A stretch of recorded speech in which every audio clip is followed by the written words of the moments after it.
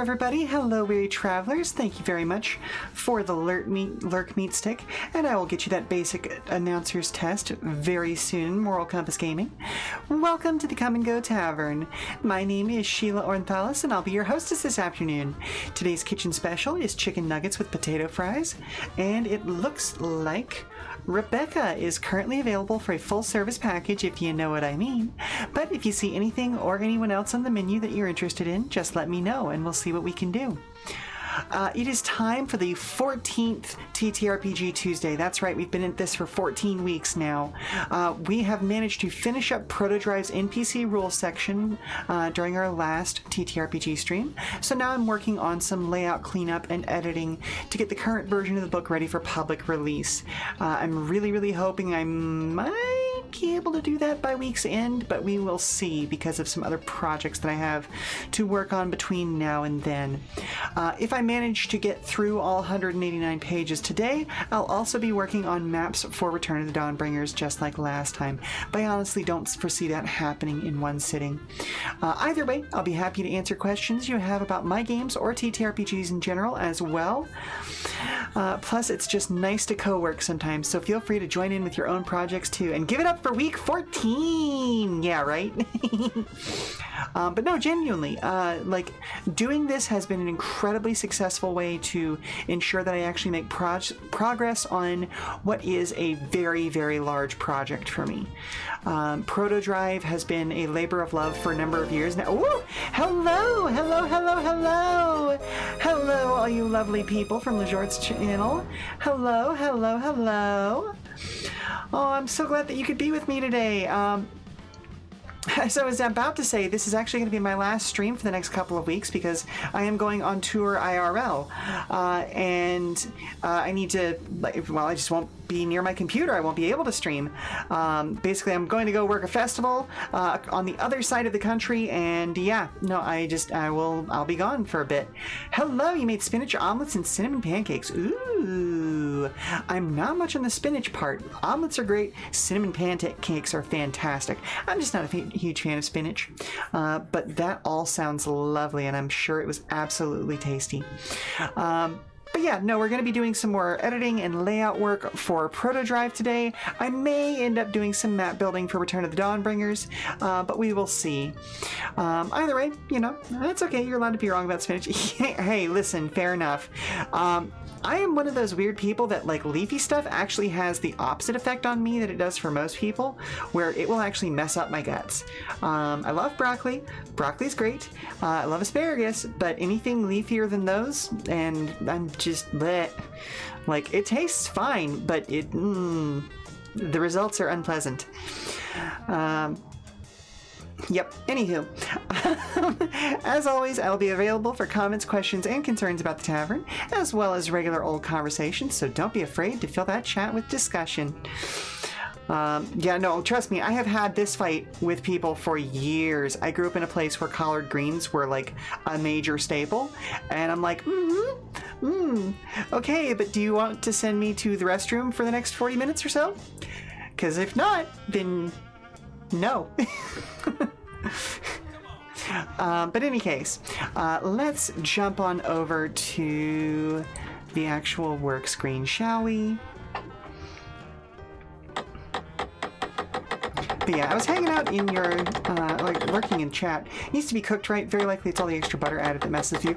So no, that is not the case, because I actually eat things that are just absolutely coated in butter all the time. Butter is not the problem. It's, you know, it is what it is. I also forgot to lower my local volume, and that shopkeeper was absolutely blaring in my ears. But yeah, no, dairy doesn't really mess with me all that much. Like, obviously, if I eat like 2 pounds of cheese in one go, yeah, I'm gonna have problems. But that's, yeah, you know, that's eating, and this is me who loves cheese very much. That's too much cheese. You know what I mean? Oh, come on. I want to delete the comment. Delito. All right. So I did go ahead and make a decision about how I'm going to be reformatting all of these things.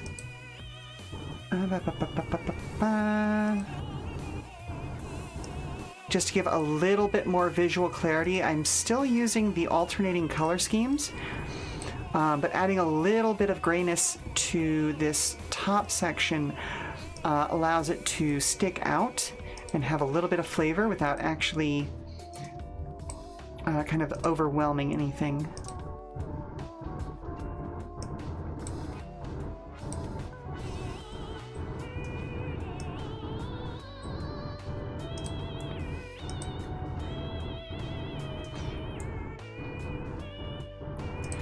But yeah, today is all about getting this ready for public update, so I'm going to be working on mostly layout changes and just kind of chatting with y'all as I go.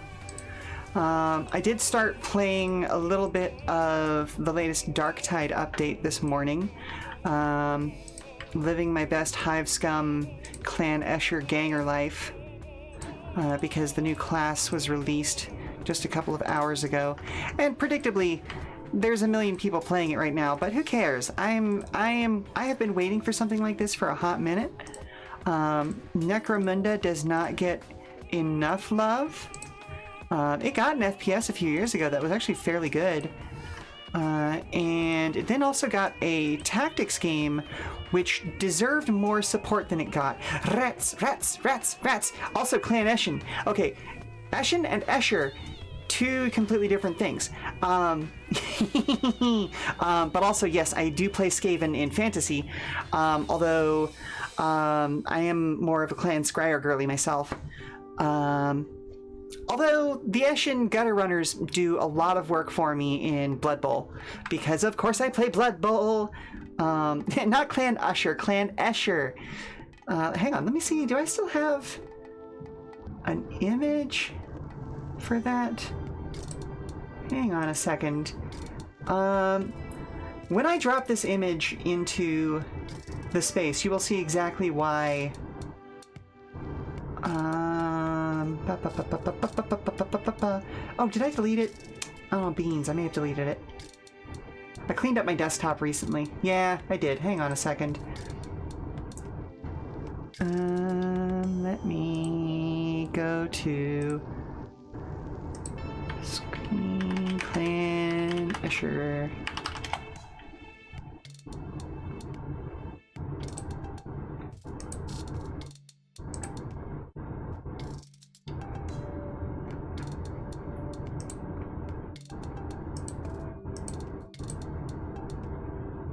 And bam! Hello, Mistborn. How are you doing today?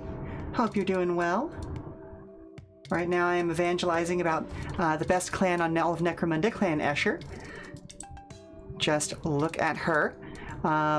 It is a fully female clan. They focus on poisons, flamers, stims, all that sort of fun stuff. So just, yeah, look at that hair. Look at these weapons. Just dual wielding flamethrower pistols. Looking fabulous while we do it in our gigantic high heels. And that's not a rat though. I mean, no, but this is Necromunda we're talking about. For, like I said, for fantasy, I'm a Clan Scryer girly. That's the ones that snort all of the, radioactive cocaine. In real life, do not do cocaine. It is bad for you. In games, do cocaine. It gives you bonuses. Oh, you don't know what Necromunda is? Oh. Okay, so Necromunda is the 40k game of gang combat that takes place on the hive world of Necromunda. There are a whole bunch of different clans that control different parts of the Underhive.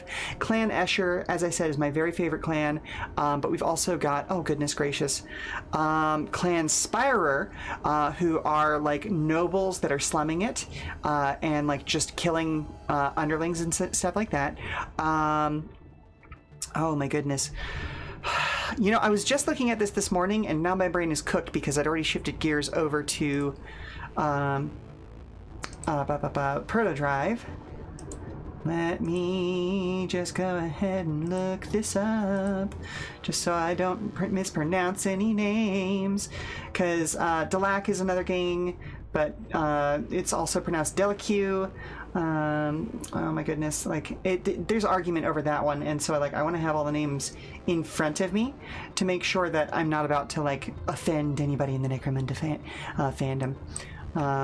We are few, but we are angry.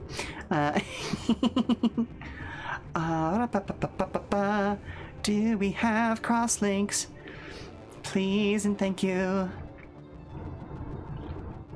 Okay, so we've got the Imperial House of Helmwar, we've got Cawdor, we've got Delac, Escher, like I mentioned before, Goliath, big guys, Orlok, and Van Saar. There's also just a whole bunch of other like random gangs that you can use in Necromunda, but basically like it's a mixture of RPG and like if you've ever heard of Kill Team with 40k, Kill Team started off. Well, I don't want to say it started off. I don't remember which came first in the old editions, but like it's similar to Kill Team in that like you really only need like maybe 7 or 8 models, but each person is like their own named person instead of being like just here is Space Marine number 1 or Space Marine number 2. They like you're supposed to create character profiles for them. They gain upgrades over the course of play. It's a whole fun thing. You're highly encouraged to customize models, do custom painting, all of that sort of fun stuff. Wow, the auto subtitles are really struggling with some of the words I'm using.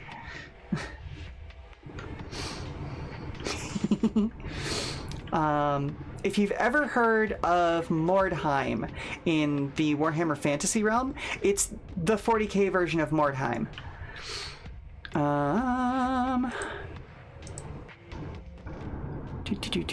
What's our history? Okay, so this needs to be shortened up and tightened up a little bit. Final part of building your crew, your group of player characters, figuring out how they know one another. Their relationships. Adding these things in helps create plot hooks and opportunities to develop the characters into a more than cardboard. Meaningful and fulfilling roleplay.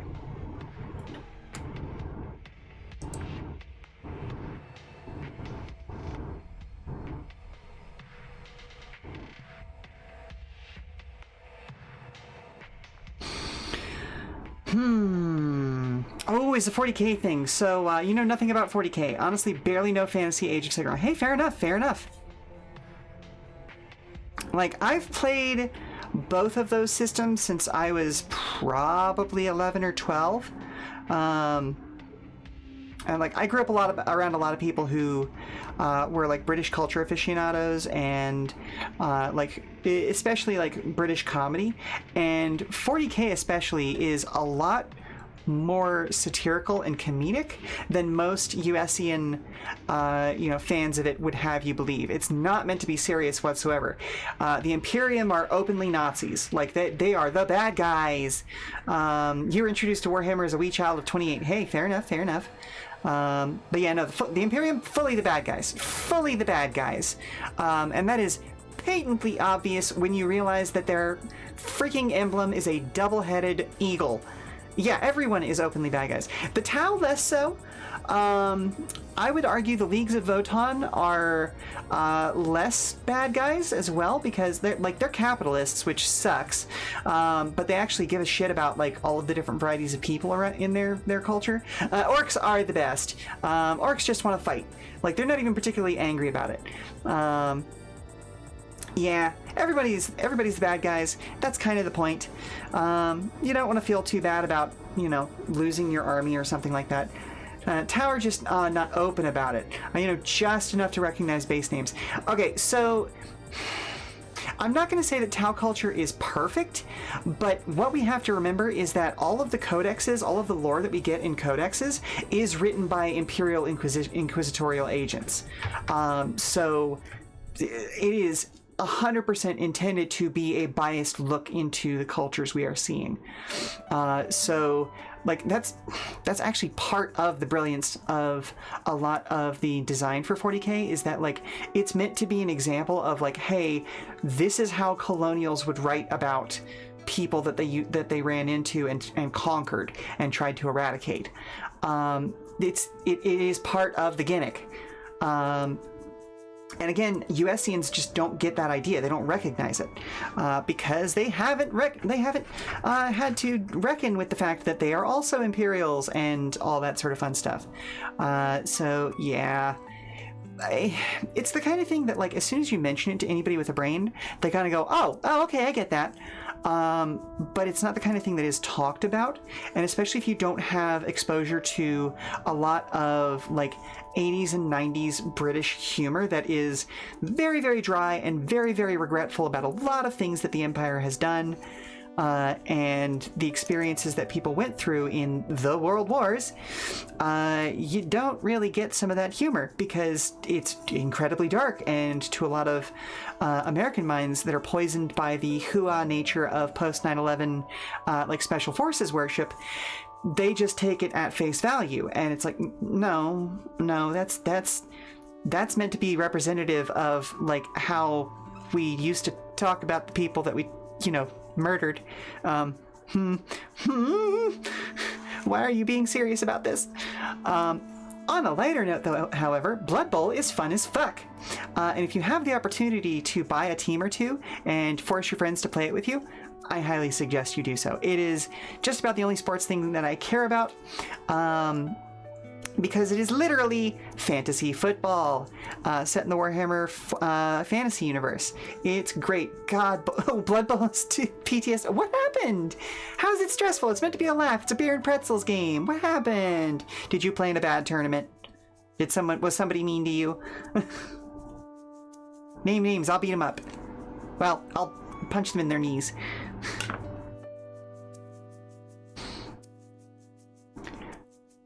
Okay. Used to do tournaments a lot, won them, but fuck, it's stressful to play. Really? See, I don't know. I had too much fun, like, laughing with my friends about the stupid rolls. Like, it was like, occasionally it started to get about winning and losing, but like, we tried not to focus on the winning and the losing of it. It was just the like, well, I'm gonna try this stupid thing, and if it goes my way, great, it's gonna be a fantastic time, but if not, it's gonna be a turnover. Like, oh my goodness, the number of times that my gutter runners were just absolutely destroyed by orcs. It was with a lot of try-hard randoms who couldn't laugh off rolls, listening to someone across an hour screaming belligerently because they fumbled. Yeah, no, don't play with try-hards. I never play games with try-hards because, like, they're frustrating to play with. They're just not fun to play with. The last time I encountered a tryhard in the wild, shall we say, was at a convention where there were like, sign up and play TTRPG tables. And I was playing a character that, for all intents and purposes, was a very fluffy character. Very, very my brand, very built to be the party mom and, do a bit of healing and all this sort of stuff. And somebody started to be a tryhard and tried to push me about it. And said some openly far-right things, and I just kind of looked at the GM and was like, do I have your permission to do something that's going to ruin his day? And the GM was like, yeah, after that comment, yeah, please do, before I kick him away from the table. I killed his character in one round because fluffy does not mean not optimized. Like, you can make a very powerful character that then is just having fun. It's great. It's fun as fuck. Yeah. Okay, so let's go ahead and do some stuff. I love the airplane remixes of the songs from Animal Crossing. They're always so much fun.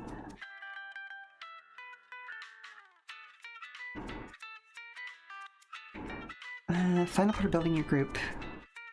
Player characters. You know what? Do I want to just bump that to the next thing? Can I get rid of 2 lines? Final part of building your group of player characters. I'm trying to remember remove as many references to you individuals as I can. Final part of building any group of player characters. Building a group of player characters is figuring out how they know one another. Let's go to each other. What's their history? What are their relationships? Adding these...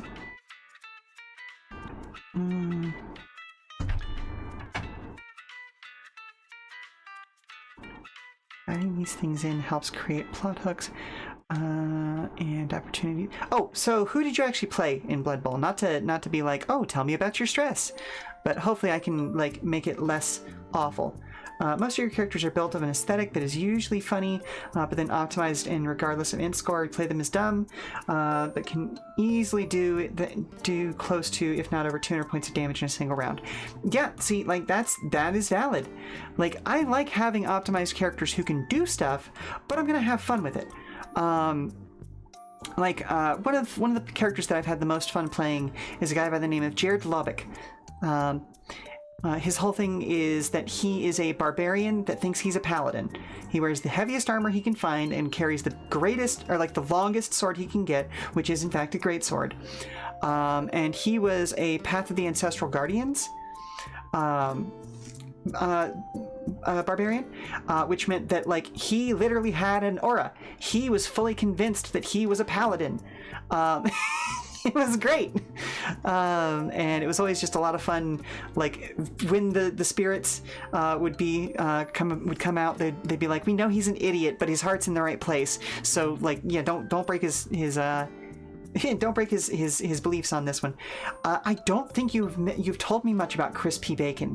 That sounds fun as fuck. Tell me more about Crispy Bacon.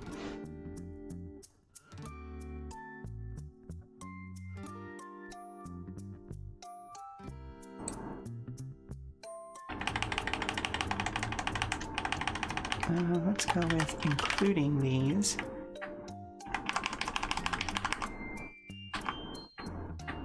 Let's create plot hooks and opportunity.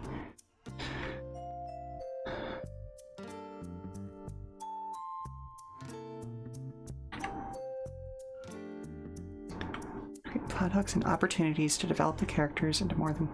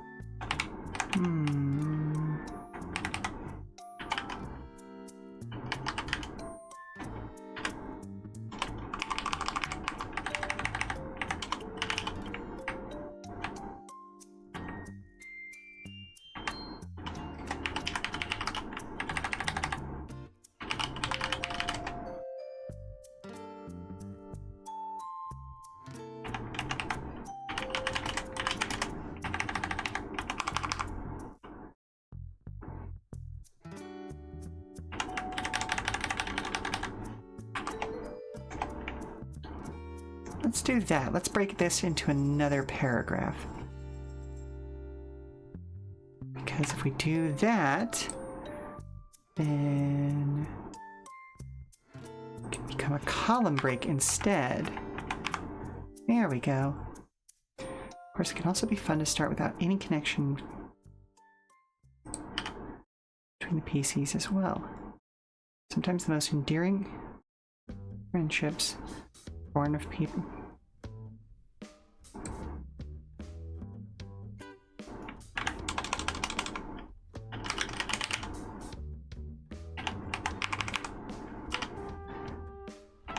Together.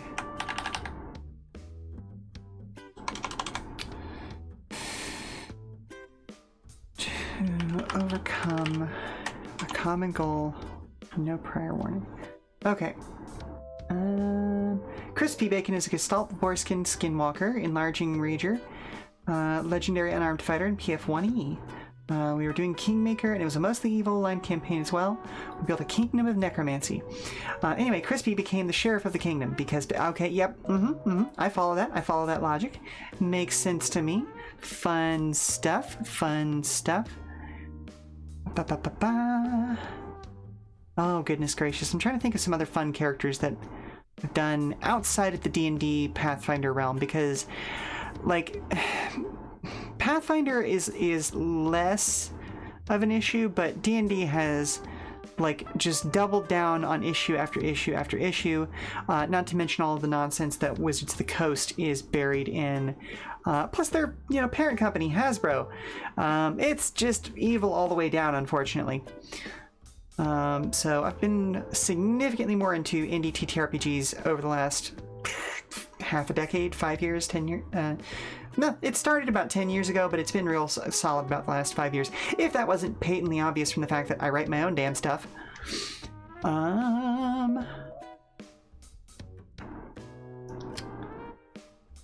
Like, I tend to run more things than create characters these days, which is part of the reason why, like, I don't have that too terribly many stories to tell right now, because I can't really tell stuff without giving information away about things I have planned coming up. Oh, we've got more information. He also had a hat made off a skull with a unicorn tail, found not killed by you, and moose antlers, and various other additions to make the most magnificent hat. It was also built to just punch things as hard as possible. By the time you were done, he could go up 2 size categories, and his fist could go 1 size above that. Woo! That is a fantastic build. Love that. Okay. Let's change this from endearing to enduring.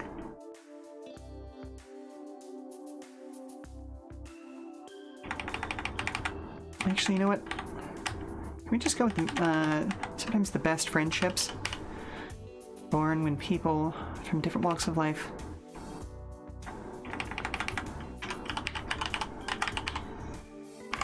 forced together by circumstance to overcome a common goal with no prior warning. Yeah, that feels better. So then it's not a single word dangling off the end of there.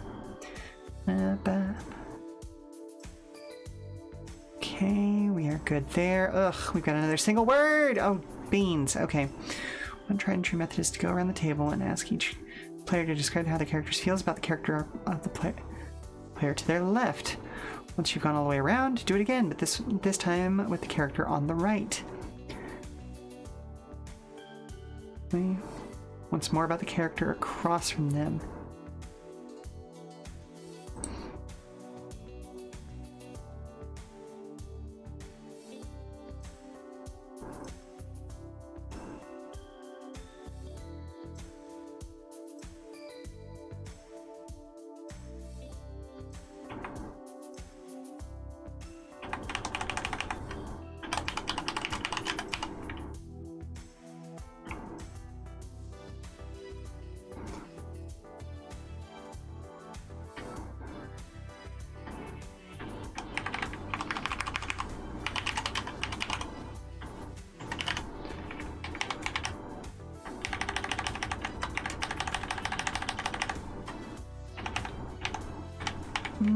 I'll stick with finally. Current character is one Sukong, a Venera monk whose staff can grow and shrink. I see what you did there. He just recently did almost 200 points of damage, with one of the flurry damages being minimum damage. Woof!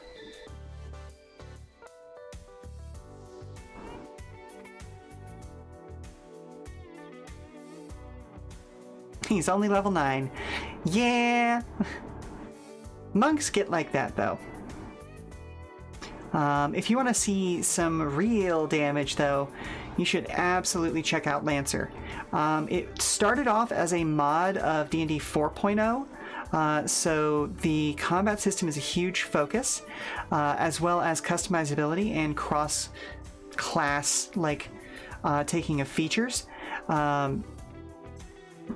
And so that translated really beautifully well to Lancer, and then weirdly over to ProtoDrive. You've heard of Lancer but never looked into it. Oh girl. Do you like robots? Do you like big stompy robots? Do you like big stompy robots mounting cruiser class laser cannons? Then Lancer is for you, and the basic player rules are absolutely for free. And the art is pretty pretty phenomenal. If you've ever read Kill 6 Billion Demons, a lot of the art in there is by the same artist who does that, because he is one of the two main creators of Lancer.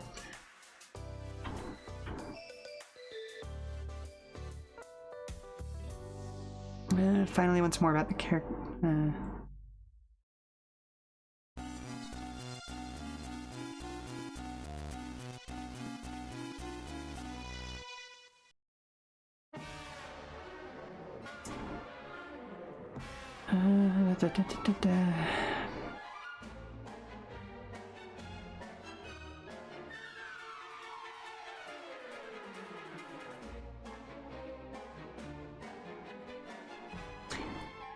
Okay, so this just happened naturally. Fantastic.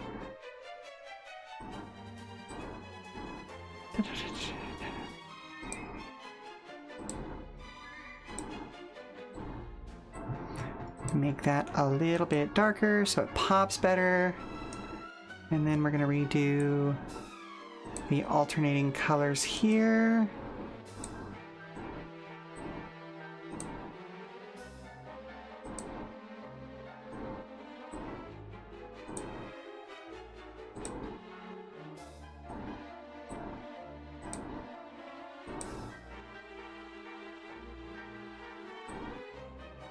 Oh, okay, it's Dragon Quest XI.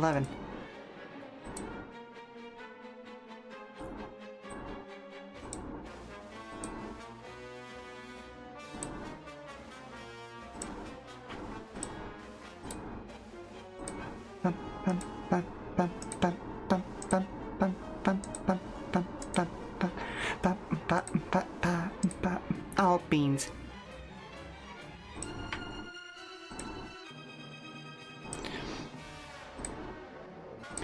Google Docs makes it incredibly convenient to do this kind of work wherever I happen to be doing work. But goodness gracious, are some of its more advanced features not all that advanced.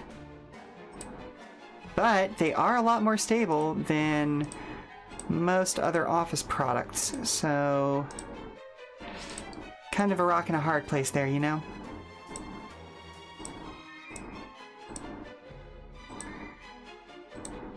Because moving an image around in Google Docs, for instance, does not completely destroy the entire document.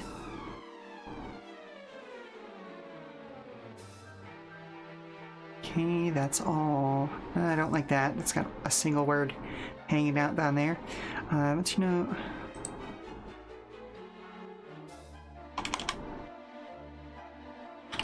Everyone in the party knows who they are playing. There we go. It's time to become a part of the world. What better way to do that than jump right into a moment of drama with their first meetup. But yeah, if nothing else, just take a look up like Massif Press, MASSIF Press, or look up CompCon and try playing around with the character creator. I'm sure you would find a robot that like you would absolutely fall in love with. My favorite is one from an expansion called the Caliban, which I can only describe as a tiny wrecking ball. Now we're back to the airline.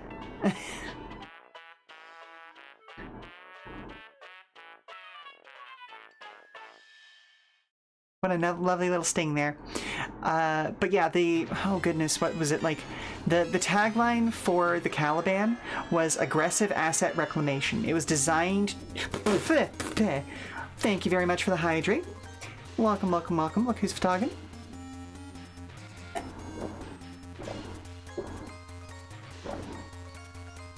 I have in fact been talking for a hot minute, and that was a good idea. Thank you. Oh, hello. The farm brought a gross bug inside again. Oh. Did he let it loose, or does he still have a hold of it? It's in a jar, but Lynn's looking at it like it's candy. Oh, beans. Where did he even find a bug at this late date? Like, it's snowing outside. Where did he get a bug? No, okay, seriously. Okay, I'm gonna go figure out what's going on with that. I'll probably drink some more water while I'm away. We'll be back in 5 minutes because I need to run a commercial soon anyway. So I will see you all after that. Okay, but seriously, where did he get a bug? It's snowing outside. Where did he get a bug?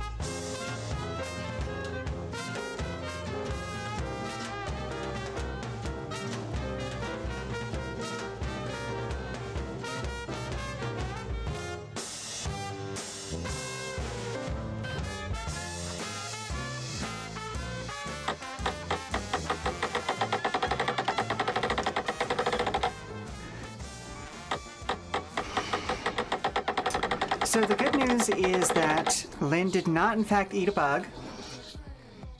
Oh. Hello, vocals.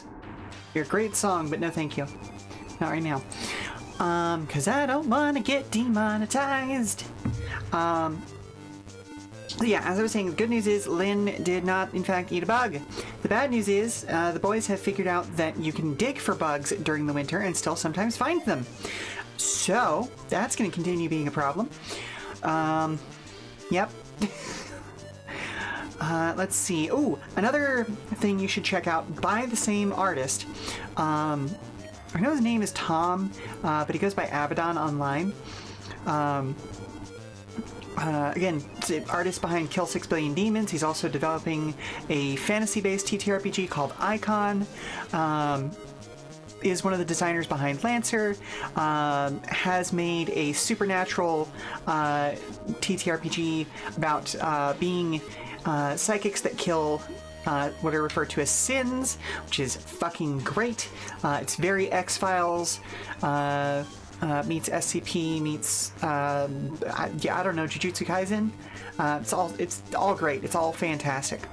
But if you want to play more of a tactics-based thing, like a minis game sort of thing, he also makes a game called Malagast Magna Gothica, which you can play online. Absolutely for free. You can get modules for it for things like Foundry, Roll20. Oh goodness, I feel like I'm missing one. I'm forgetting one. Tabletop Simulator, that one as well. It's a heavy metal tactics game, all about necromancers that summon their own like undead hordes. It's very, very cool. Very, very stark and contrasted colors. Love it to death.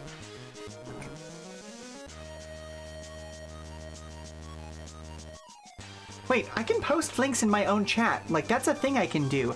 Hang on. Nope, I'm not gonna go there. I need to do this responsibly from a different window.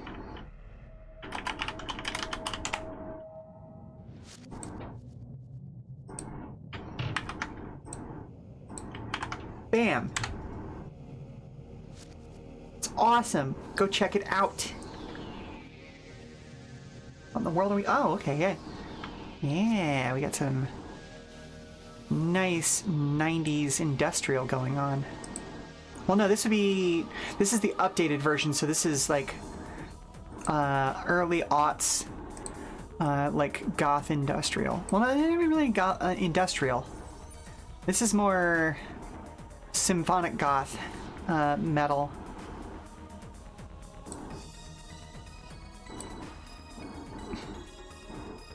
Because the original version of this game has a soundtrack that is industrial.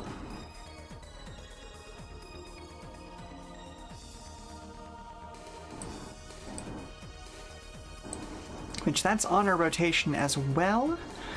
That's just not what we're listening to right now.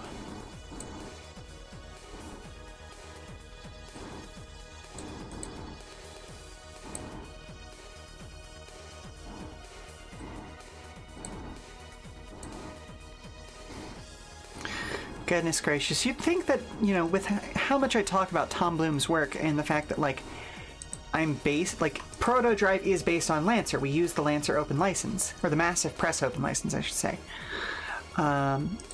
You would think I had some sort of professional association. I, in fact, do not. Just from what I know, a fairly cool person who makes really cool games that are mildly unhinged. By my standards, anyway. You might look at it and go, that's unhinged as fuck. But I like it. Certainly not the most unhinged thing I've ever seen.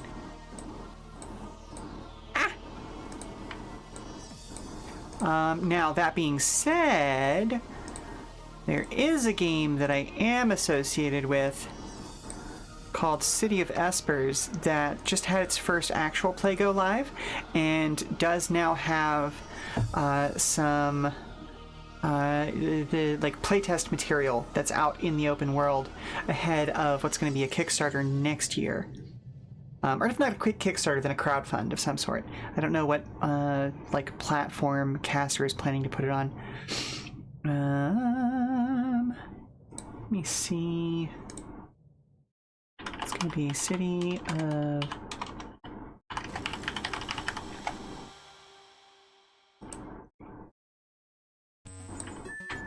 Yeah, I know it's going to be published by Three Sail Studios. I am not sponsored for this link. Just stating that out loud because I am, you know, I know that I have some viewers over in England and the sponsorship stuff over there gets a little hazy. I am not sponsored by this. It is just being made by a good friend, and I happen to have been in the unpaid actual play for it. And it's real cool stuff, and you should check it out if you like kind of late aughts, you know, Nomura or like Shibuya streetwear fashion, cool psychics, and card-based resolution mechanics, all of which are very, very cool. Actually, not spawn, could spawn? Hey, I mean, like, I will take sponsorships from like Tom Bloom, the $5 that he is not using to you know, keep his family well, as he well deserves to, and City of Espers. I might be sponsored for it in the future. It kind of depends on how the crowdfunding goes for it. I know that we would love to make more actual play stuff for it, but yeah, we got to see how the crowdfunding goes. Also, does me doing this kind of stream count as self-sponsorship? I don't know. That now I'm questioning.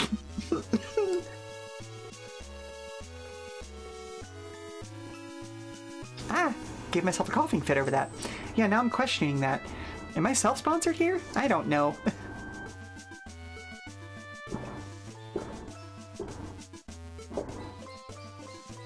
Oh wow, y'all can like, sorry, I've not really paid attention whenever I've taken like hydration breaks in the past. That absolutely gets picked up on my microphone, doesn't it? Oh. You know, I'm in that weird, the Ouroboros of hobby side hustle. Yep. It's kind of like ASMR. Fair enough. Listen, if I was a hornier poster, which, you know, I mean, you know, well, I am a certain level of horny, but I'm not quite that level of horny. I would make a whole thing about, like, y'all like to listen to me gulping it down, don't you? But yeah. Let's see. You got that misophonia, but it's not bothering you, so you're good. Okay, good.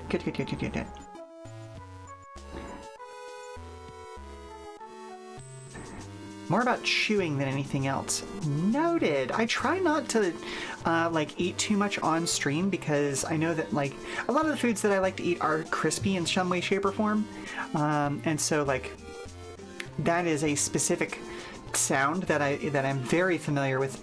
A lot of people being an ick. So yeah, like every once in a while I will have a craving for a can of Pringles, but I try to eat those all on my breaks, you know?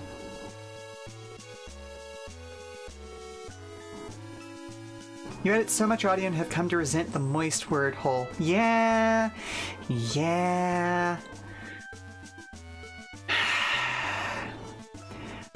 Listen, I grew up working around honest to goodness, like old school vocalists and opera singers who could absolutely belt and make the person in the very back row cover their ears by how loud they were. And some of the younger folks that I have worked with who cannot operate without a lavalier mic and like can't even keep time without a monitor blasting back at them just absolutely blows my mind. Like, what do you mean you can't hold a note without hearing it in the monitor? What do you mean you can't keep time without hearing it in the monitor? I thought you were a professional. You go so many places with that. Yeah, I mean, like, well, I mean, it doesn't just have to be for words. Just, you know, but yeah, no, like it is wild, and like I don't know, like it's one of those things where like I hate to sound like an old lady because, you know, all of the young folk, but like I mean, like there are other people who are absolutely fantastic. And I understand if you're playing to a house that is too large, or a theater that was not designed to conduct sound, or you have training specific to musicals but not opera, then yeah, that's a different type of training. But at the very least, you should be able to keep time and hold a note, right? Right? I feel like that's not expecting too much from somebody who markets themselves as a professional singer. Like, I'm sorry, if you fall flat because you couldn't hear yourself for half a second, you need more practice, you know?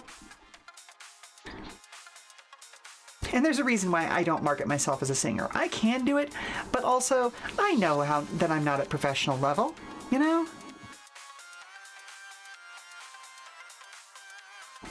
Like, I can sing a snatch. Oh, wait a minute. Hang on. Moral compass. I completely forgot. You were... Hang on. There was a redeem done, like, right at the top of the stream that I completely forgot about. I am so sorry. Give me a moment. Let's do a quick announcer's test. Okay. So, for those of you who have not been around for as long as I've been doing this, hello, my name is Sheela Ornthalis. I'm the goblin who runs the Come and Go Tavern, a full-service tavern and keep in the town of Hope. But the announcer's tests that I do, let's see, the basic ones. Okay, so this one is a basic one that was created for Radio Central New York in the 1940s as a cold reading test to give to prospective like radio talents and stuff like that, announcers. It is used as a vocal warm-up to this day because like it is a bit of a tongue twister and it goes some interesting places, and at one point I could do the whole thing in one breath, but I've gotten really majorly sick a couple of times since then, so like I'm not quite up to that standard.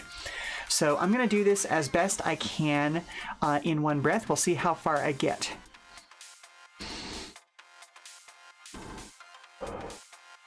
And Moral Compass Gaming, I hope you are still here to listen, to hear this, I suppose. Two different kinds of hear in that sentence.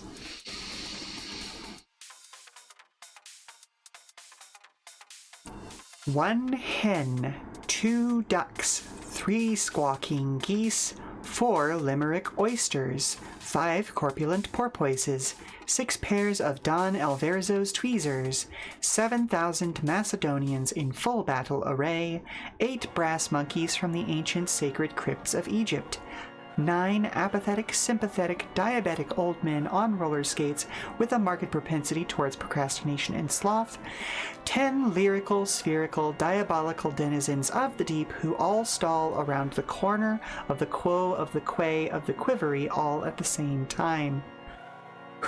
Okay, I actually made it all the way up to 9 that time. Hello, words in the music. There we go. I actually made it all the way up to 9 that time, which means I'm getting some of my breath support back. Love that. This makes you think of a weird set of prose from King's Quest VI. I wouldn't doubt it, honestly. The King's Quest games had a lot of references back to old radio and vaudeville adventure stuff.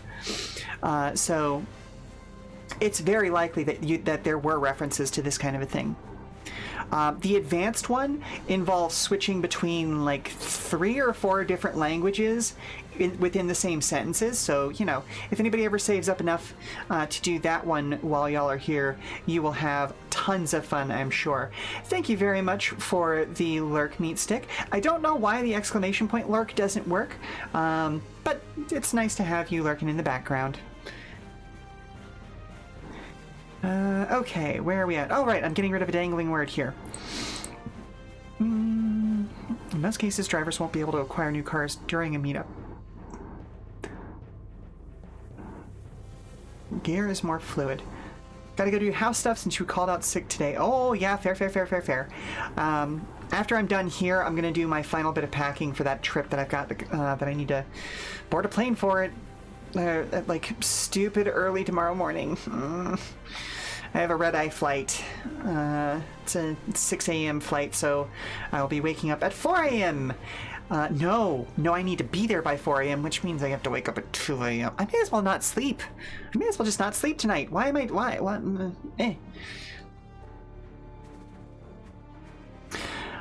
2 dulcimas raised to the degree of 40 half dulcimas, divided into equal parts by the third of a cackle of grouse geese, put over the result of 10 fine mackerels, albeit small fine mackerels, and it goes on. Fantastic.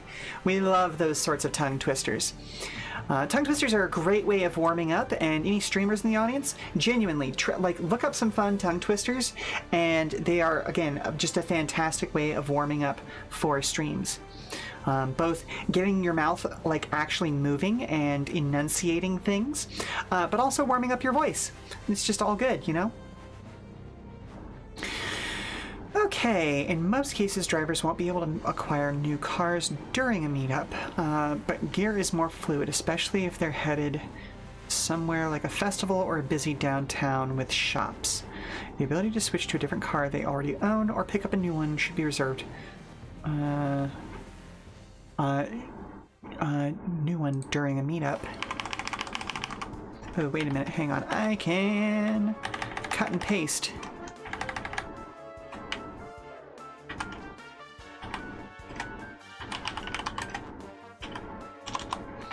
During meetups. Should be reserved for things like official grand tournaments or car shows where it's expected that guests will be bringing extra resources to show off and buy or sell.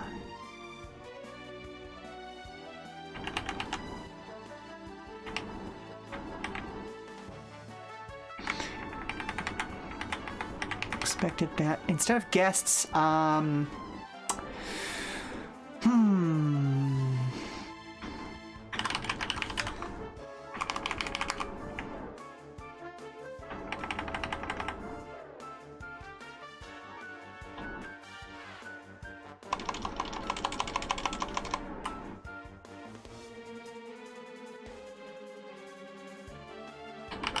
new products to show off new models.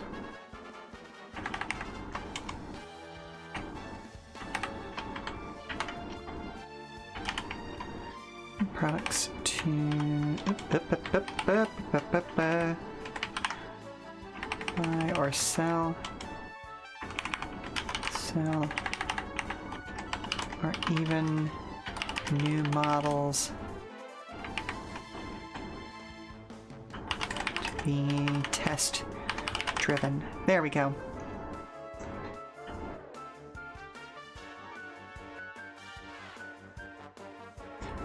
The ability to switch to a different car they already own or pick up a new one.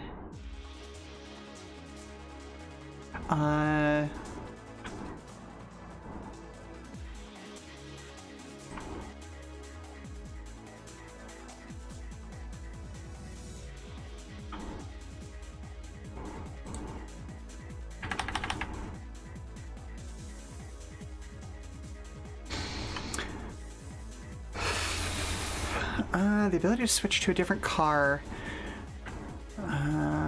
should be reserved.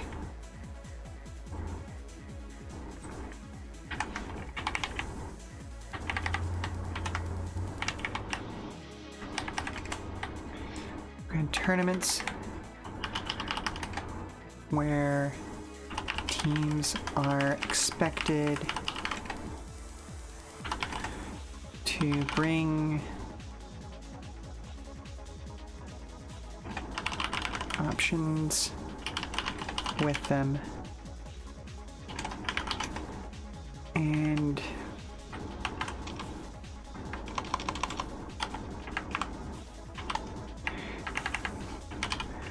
picking up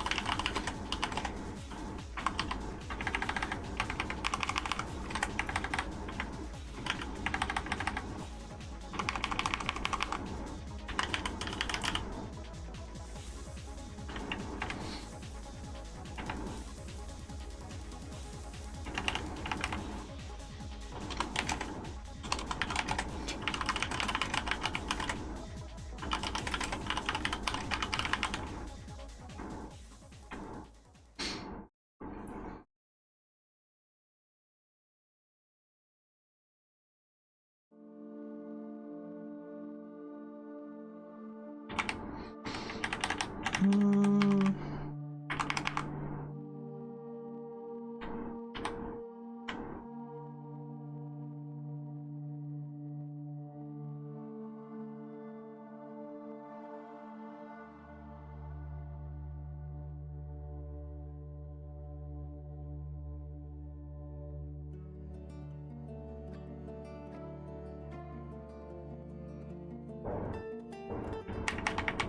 Hello?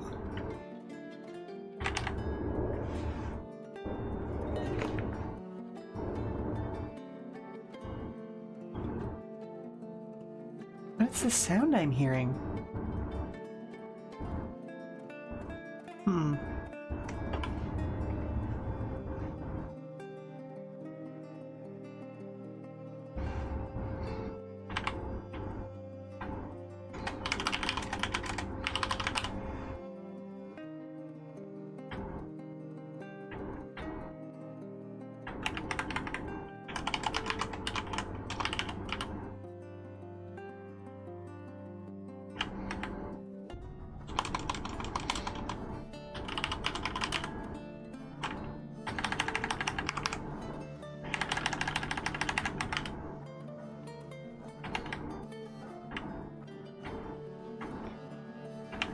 Okay, let's say that out loud. So, in most cases, drivers won't be able to acquire new cars during a meetup, but gear is more fluid, especially if they're headed somewhere like a festival or a busy downtown with shops.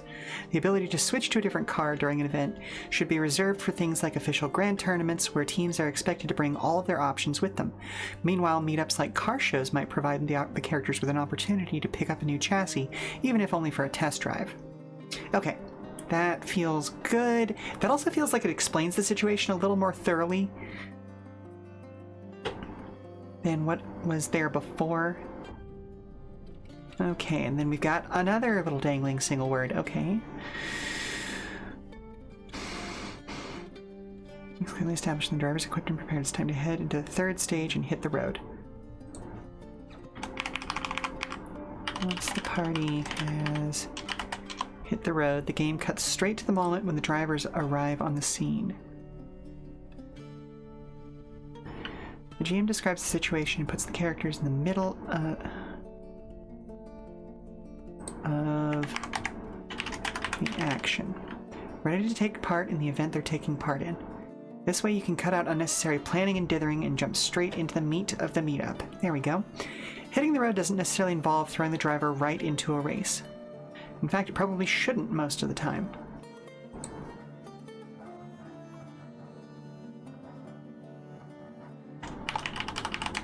Still...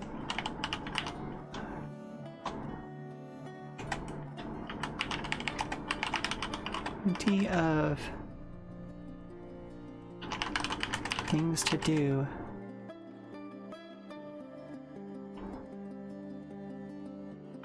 Before getting behind the wheel, even if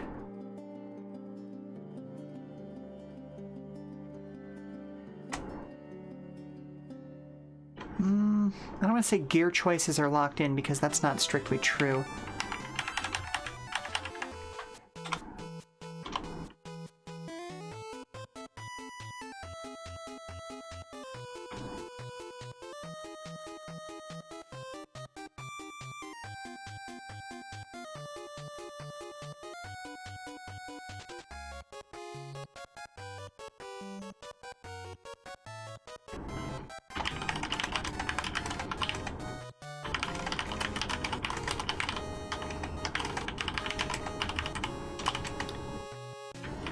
Okay, hang on. Is it IN media res or is it EN media res?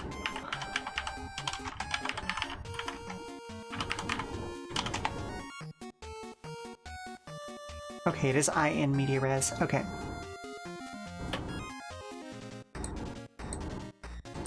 Because I know that the phrase is originally French, so I needed to check.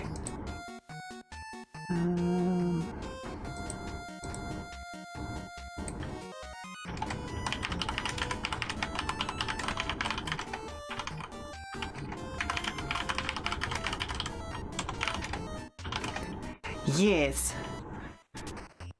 A lot of film terms originate in French,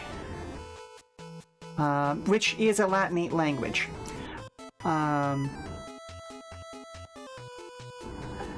So, like, that's the reason why there's a bit of crossover there. And in media res started off as like an old school film term back in like the 1920s or 30s. Yep, goblin is in fact originally a French term. Although there are some ties to Germanic languages as well.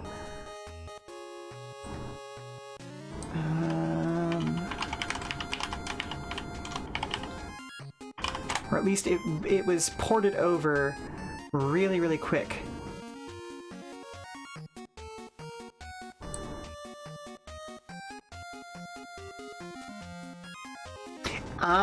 See, okay, you said that, and now I had to go and look it up exactly how it got transferred over. It's Norman French, specifically, which is close to what would become Germany, was all of those Germanic kingdoms. Yeah, previously, the Germans used kobold from the medieval Latin kabalos. Neat. Oh, and in fact, the word that goblin is derived from is the name of a specific spirit haunting the region of Evro. Interesting. From a specific chronicle of Ordericus Vitalis. Neat. Where everyone is named Norman. I mean, kinda. Well, the important people, anyway. Okay, I say important people. The people who history remembers. Let's put it that way. As opposed to Gallic French. Oh my god, that's where Jim Dad from Gen 3 is from. Is it? Oh, that took me longer than it should have. Oh my goodness. Okay, fair, you got me. You got me.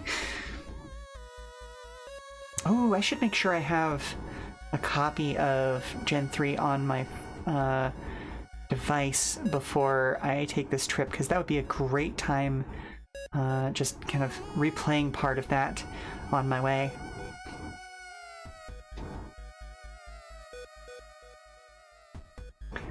Normal type gym leader. Fuck it, Norman. Yep.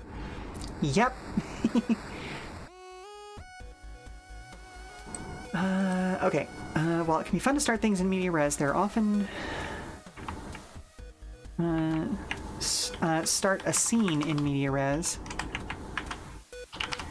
which scene is actually from ancient Greek and is related to the term skene, which is the skene house was part of the structures used for Greek theaters. Just like orchestra was originally the circular area in front of a Greek stage where the chorus would sing and maybe occasionally play musical instruments, but it was mostly there to be kind of a narration space. And only shifted to being what we call a group of musicians over time. Though that gen did that for every leader. Yep, Watt the Electric, Roxanne the Rock. You know, I enjoy puns. You know, now that I'm thinking about it, maybe that's why Gen 3 was one of my favorites. I just loved the puns. Although Gen 1 was pretty big about that as well, because Brock is the rock leader, Misty is the water leader, Lieutenant Surge. Oh, who was the guy from Cinnabar Island? He was the fire trainer. He lived in a volcano, basically, the old guy. Gen 3 was just the first well-made Pokemon gen. Blaine! Yeah, Blaine as in Blaze. That kind of a thing. Kind of slant of Blaze, exactly. I'm pretty sure Blaine is also etymologically tied to fire in some way, shape, or form.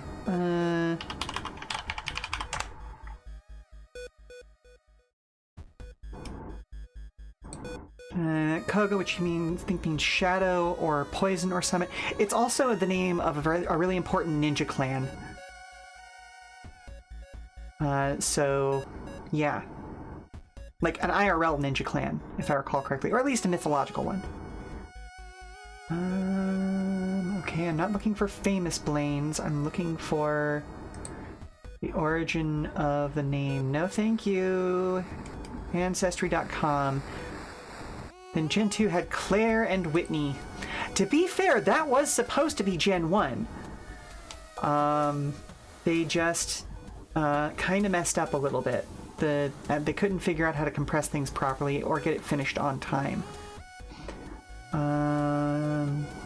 Okay, so Blaine originally came from a Scottish surname that was derived from the Old Irish name given Blan. From Old Irish... Oh, okay, hang on. Let's take a look here. Blach, meaning yellow, and combined with a diminutive suffix. This is the name of a 6th century Irish saint, a bishop of Kingarth in the Isle of Bute in Scotland. Okay, so if I had to take a guess, like, if I'm giving people credit, and I feel like I can give people some credit, other than just being a slant rhyme to Blaze, it might also be in reference to sulfur being part of like a lot of volcanoes, because sulfur tends to be very yellow in its natural form. You're very biased towards Gen 3. Grew up with red, blue, yellow, then crystal and silver, but god's damn do you love emerald. Hey, fair enough, fair enough. I had every game up through, I think, black 2 and white 2 were the first ones I didn't get, because it wasn't clearly explained to me that this is a continuation of the story. I just thought it was a visual upgrade over the previous games. And then I didn't get Sun and Moon on their initial release, but my spouse did. You legit just have got every game. Hey, fair enough, fair enough. Like, I own all of them now, but I didn't at the time. But yeah, no, Ruby was the Gen 3 game that I played the most. And that one became my favorite generation because of the incredible amount of variety in all of the environments, as well as some of the creative things they did as far as like evolution and like the creation of new monsters and all that sort of stuff. For those of you who don't know, my favorite Pokemon is Shedinja, which I got entirely on accident. I do not remember why I only had 5 Pokemon in my party when my Ninjask evolved into an Inkata.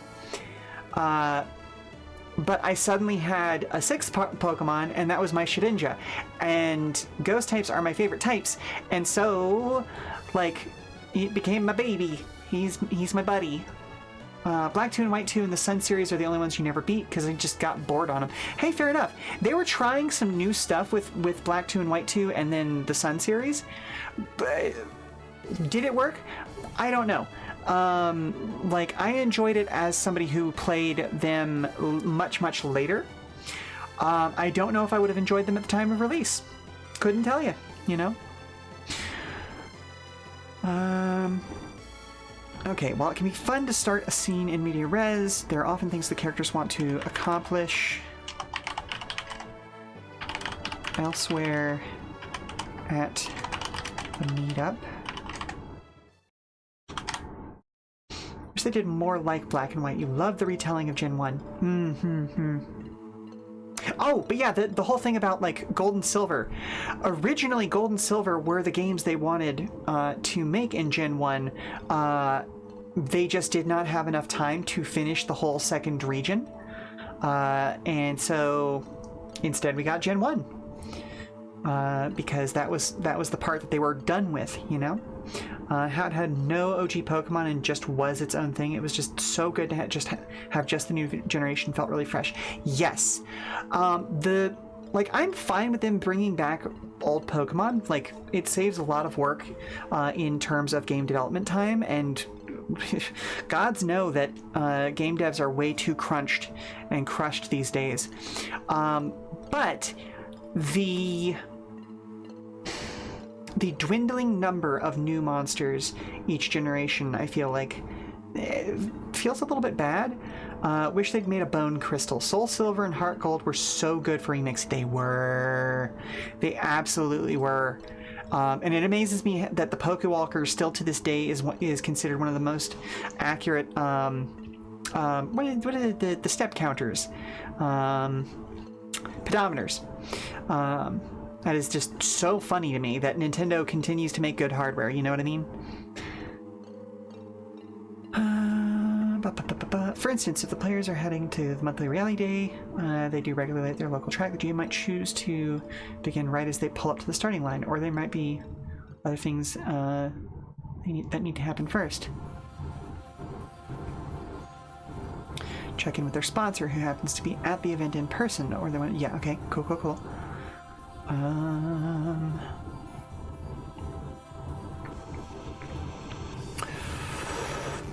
Okay, so let's see. Dwindling newest generation had the most since 1 in 5. Okay, I didn't. Okay, then the new generation, it was dwindling until that one had. It just, there were a few generations in the middle there where, like, it really and truly did not feel like they had that many new monsters. The number from online is probably counting remakes like Alolan Diglett, though. Fair. Like, I don't have the numbers in my brain. That was just kind of an off-the-cuff statement. We're back to the Baroque soundtrack. Oh. Gen 7 only added like 70. Yep. Mish. Du hast mich.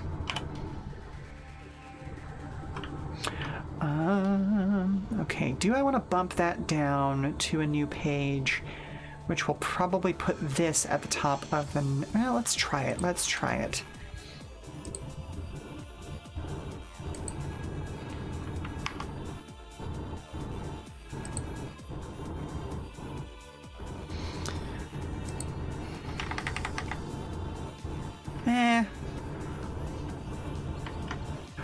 Like, it's... I don't like leaving a gap there, but that is an opportunity to drop some art in, I suppose. Stage 4, leaving a meetup. And that puts that all on the same column, which is pretty nice. Oh, actually, hang on. Let's do that.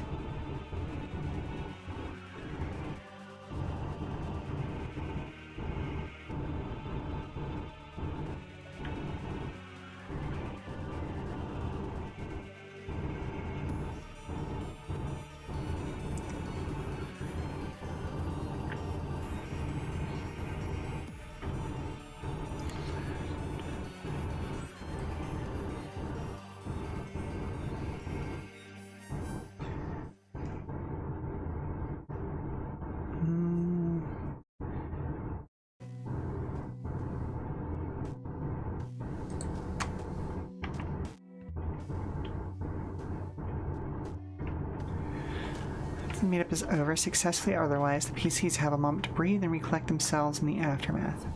Much like the rundown, the aftermath doesn't have to be in character if that's not how your players roll.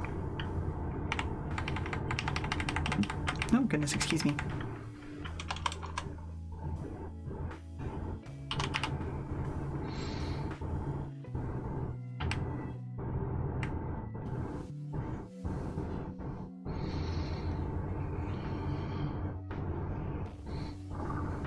I suppose this doesn't need to be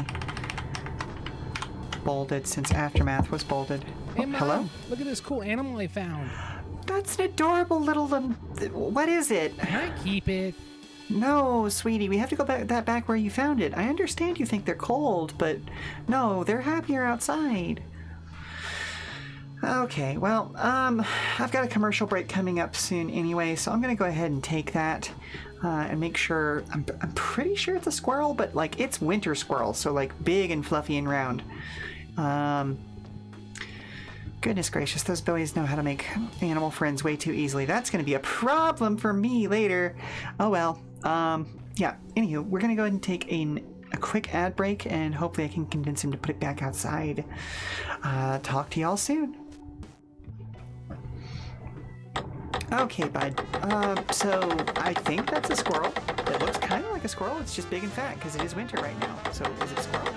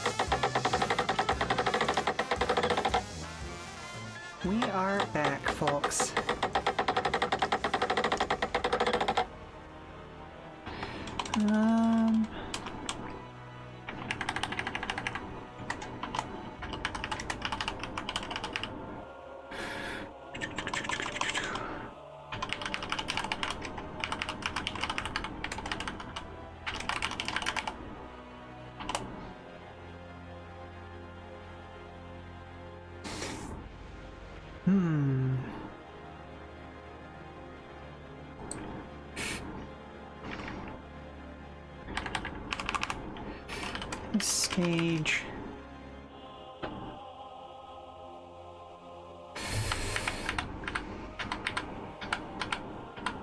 So I don't like that there's a single word hanging out here like normal.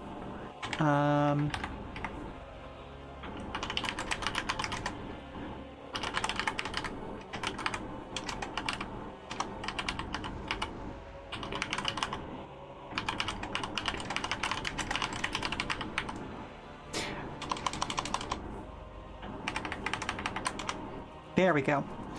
Either way, this stage provides an opportunity for two things to happen. One, level up. All characters move up to their next sponsorship level, representing the improvements to skill, income, and clout.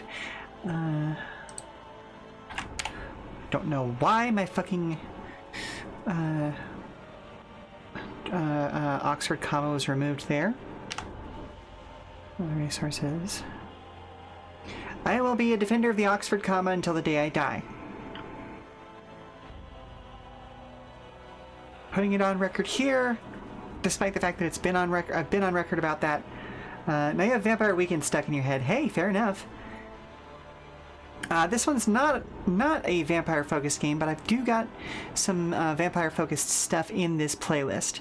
Although you probably wouldn't associate it that way, based on how it's. Oh, actually, funny enough, here is one of those things, because this is from Bakutai, Bokuro no Taiyo. Which is a game series about using actual real sunlight on a solar sensor. Who gives a fuck about the Oxford comma is a lyric from one of their songs. Me, it's me. I give a fuck about the Oxford comma, as well as any writer who actually knows what they're fucking doing. So, fun fact about the Oxford comma and the whole fucking thing and the whole fight about it. Bakutai is so good. There is a flash cart coming out that's going to have a solar sensor in it, and I cannot wait to replay those games because I have no fucking clue where my legit cartridges have gotten off to, but I had both of them. Yes, praise the sun indeed. And in fact, one of the other game I am actively working on, Return of the Dawnbringers, was deeply inspired by Bakutai. And anyone who's played those games will recognize the dungeon experience for the game, because it involves taking down various tycoons that have made the world a worse place and given themselves immortality, a la vampires. That you have to fight through their dungeons, for lack of a better term, right now, and then beat them in the first phase, drag them back to town, and use the solar focusing tower, legally distinct, to beat their second phase. Or arguably their third phase, but you know. But no, okay, so the Oxford comma thing. The whole reason that people started thinking that they were allowed to drop the Oxford comma was because of an internal memo that should not have been, it was an internal memo within Oxford that was basically an administrator getting on to an English professor about, come on, dude, don't hassle people because they don't include all of their commas in your communications. It's not graded work. It's fine. Don't hassle people about that. And that evolved into people dropping the Oxford comma. It's necessary for lists, for crying out loud. Angry goblin noises. But what do I know? I've only written 8 books. Well, actually, I shouldn't even just say 8 books. 8 fiction books. Who knows how much? I mean, like, for crying out loud, this one's 189 pages right now, and I haven't even written the last section of it yet. Which is actually going to be a lot of fiction, so, you know, that's a whole thing.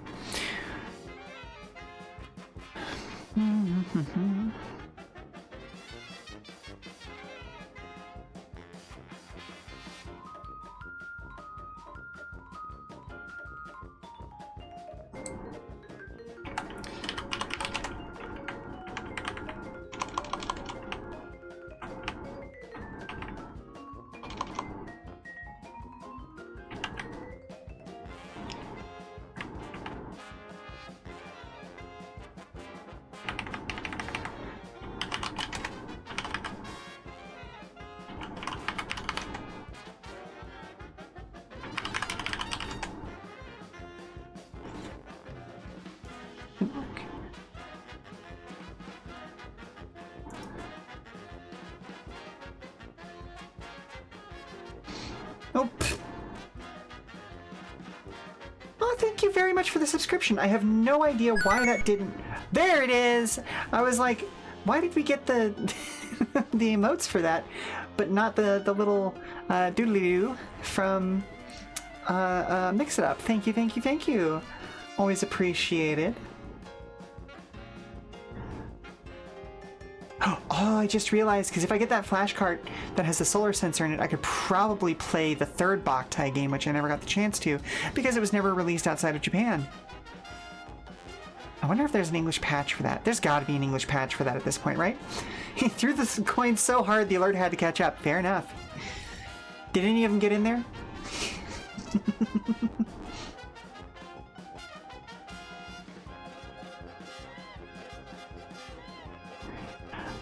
Okay. Talk about the meetup. Let's rearrange this a little bit. Because I want to talk about, like, what this step is actually supposed to be before saying that part.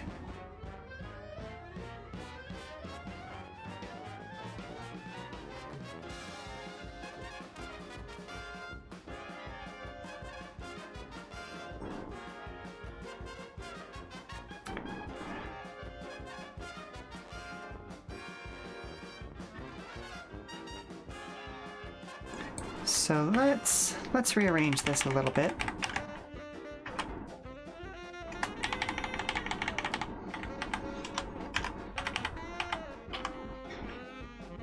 Oh goodness, it's possible. I was gonna say Cuphead was such a fucking bit of lightning in a bottle. Like, that crew worked so damn hard on that game, and the musicians, well, I mean, just listen to this jazz, you know? They got their money from Netflix as well, like, good on them.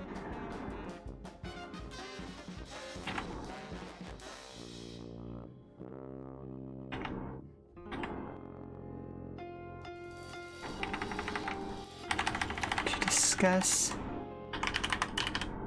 what worked and what didn't work during the session to help guide where their characters go next.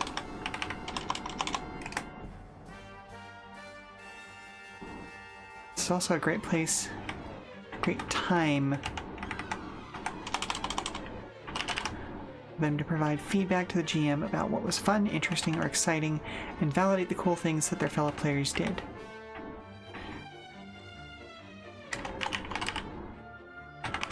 While this step isn't absolutely necessary and can indeed be broken up as part of the downtime activities that will be discussed later,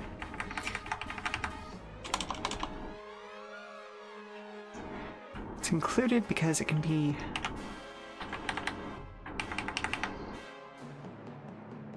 helpful, even healthy for everyone to discuss these things.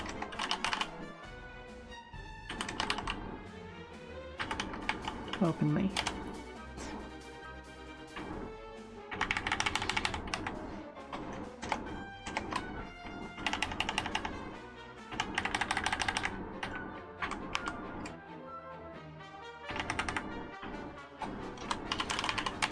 Remember to be respectful. Role-playing is ultimately collaborative, even when it sometimes includes competitive elements. Don't let character egos affect player mindsets. Okay. We are 2 lines too long, once again.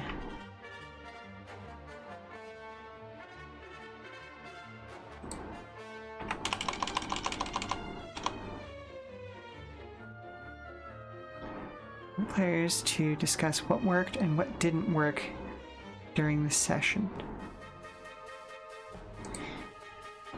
I'm going to label this as optional.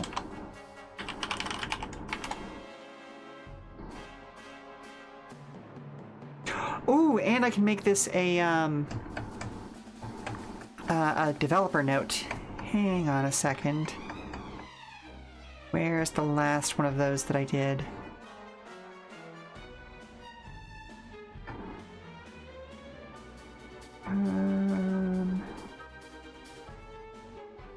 that might be the last one I did. Optional rule. Okay. Designer's note. That's the style I wanted to grab.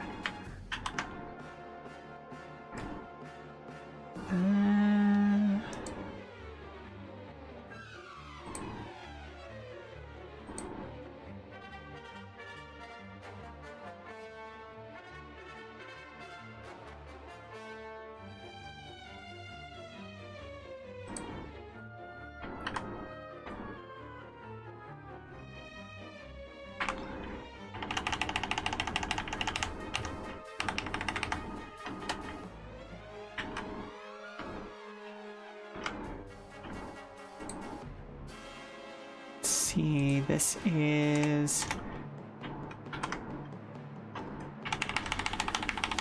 Whoop. There's a lot of info there. I will check it in just a moment to make sure that I stay on task.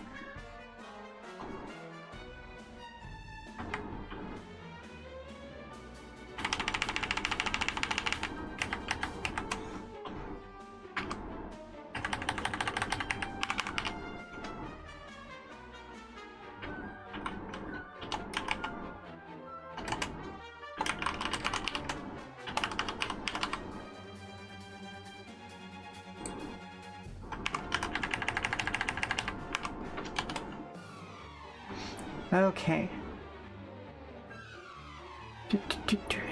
Regarding Boktai 3, the entire game script is translated and the game may be played from start to finish without issue. A small number of in-game graphics remain untranslated, but this has no impact on the player's ability to complete the game. Ooh, fantastic.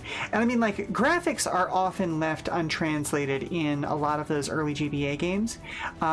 So, like, if there's a sign in Japanese or something like that, especially in a game like Boktai or Mega Man Battle Network, where everything is presented on an isometric slant, it's kind of way more difficult to translate those things, just because creating those assets is already more difficult. So yeah, that one doesn't bother me so much. They're usually really good about like color coding things for international audiences instead. So like I'm just trying to think of like a specific shop. There was a specific shop in Boktai 2 Solar Boy Django that I want to say it was the dark market or the dark pawn shop, like the little back alley place where you make a deal with the devil kind of a thing, had a couple of signs that were, I want to say, in Japanese, but it was really easy to tell the difference between that and the Solar Bank, because the Solar Bank had orange color scheme, and the Dark Loan Company, that's the one, the Dark Loans, had like a purple color scheme instead. So it was very visually clear what was what.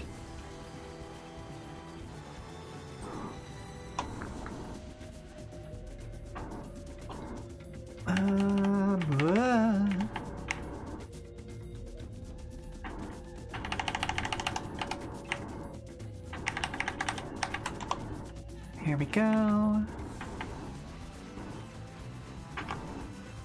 There we are. Okay, while the talk about the meetup step isn't absolutely necessary, it can and can indeed be broken up as part of the downtime activities that will be discussed later. It's included here because it can be helpful and even healthy for everyone to discuss things.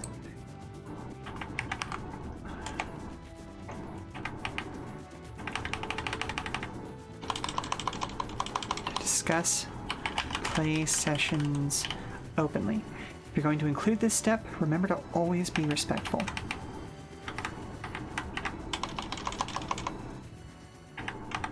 Always remember to be respectful. Role-playing is ultimately collaborative, even when it sometimes includes competitive elements. Don't let character egos affect player mindsets. Do I have enough space? I do not. Damn. Okay. That's fine.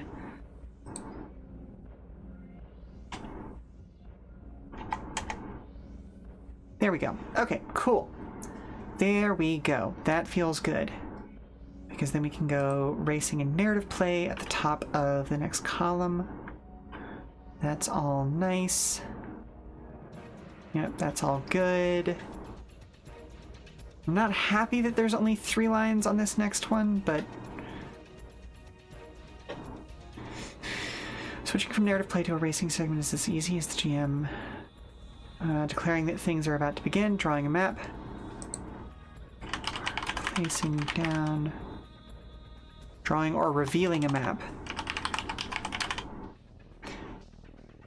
and picking who acts first.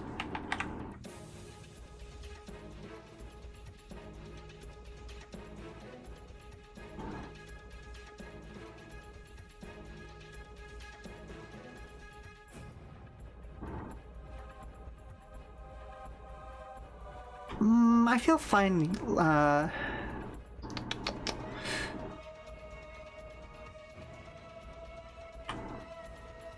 And the situation calls for interpersonal scenes between characters. Narrative play is probably where the party should be.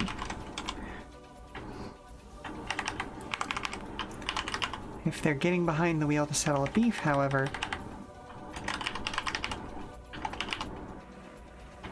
it's time to head into a racing segment. Well, I fixed one problem and created a new one. Hooray! Hurrah! Huzzah! All that good stuff.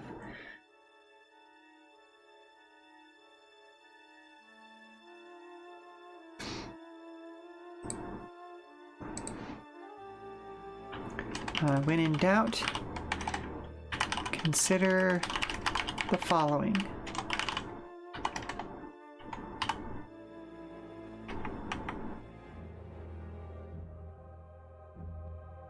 The situation calls for interpersonal scenes.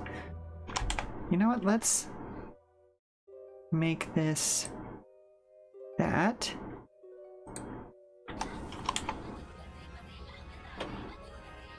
Oh.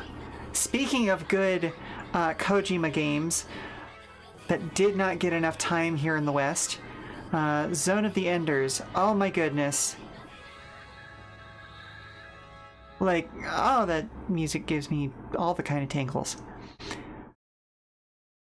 Okay.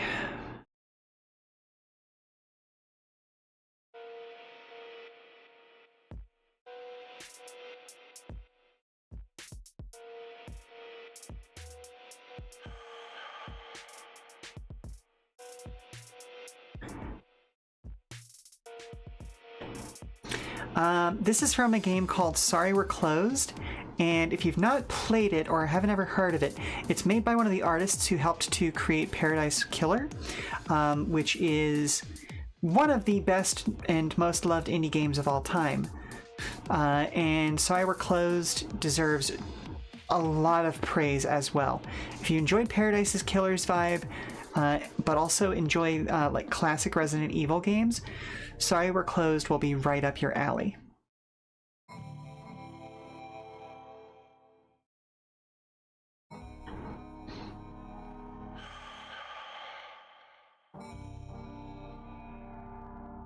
Especially for racing, but there are a couple of places where they intermingle.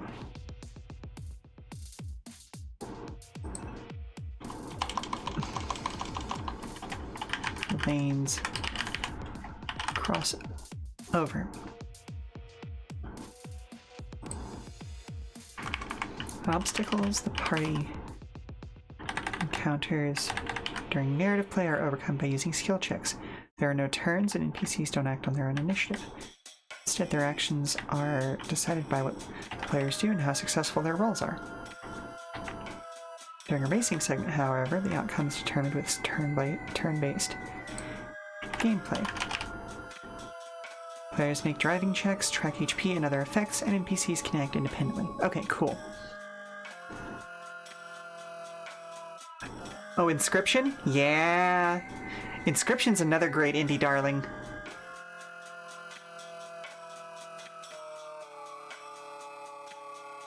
It's funny how Inscription explains things about the games that were made previously by the same designer, even though they, on the surface, have nothing to do with one another. Ooh, that's a wall of check. That's a wall of text. I need to break that up. This one is...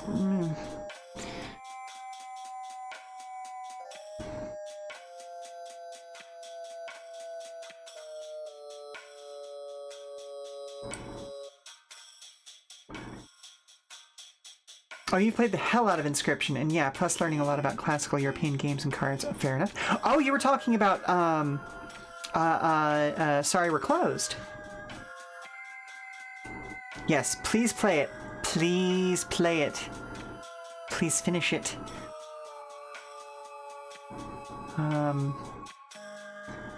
What was there was another Resident Evil alike that came out in a similar time period that got a lot more like airtime because it was much more like classic grim horror, whereas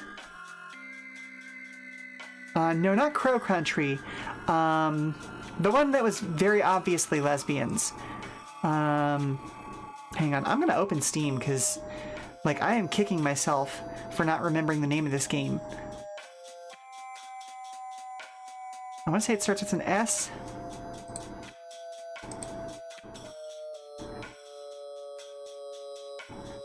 Will I get there first or will somebody else? Insert, do you have any idea how little that narrows it down meme here? Yeah, fair.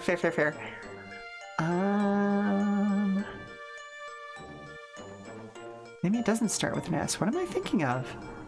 What's the name I'm thinking of?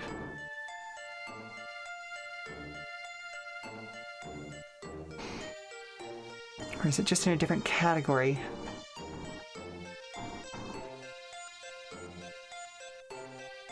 Signalis. That's the one. I knew it started with an S. No. It's Signalis, which, you know, again, they came out kind of in the same region of time, and so Signalis got all of the praise and focus. But Sorry We're Closed, I don't know, like it makes use of different kinds of horror, in my opinion. Like Signalis leaned way into the classic Resident Evil, limited resource vibes, which fantastic, very cool, love it, no notes. But Sorry We're Closed had some of the same like mechanics of limited resources and things like that, but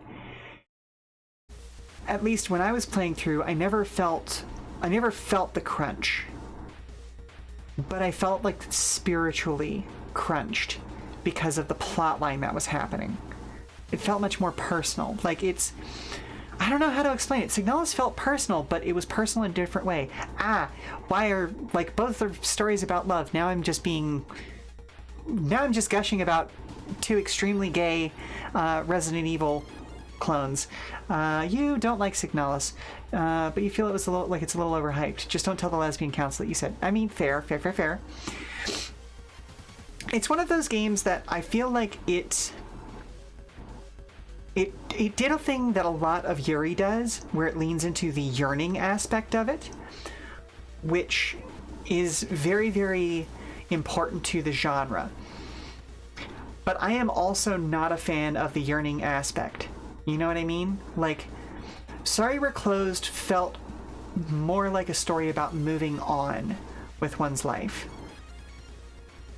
And that, well, whether that's true or not, I'm not going to tell you, because that would be revealing the ending and other things that happened during the game.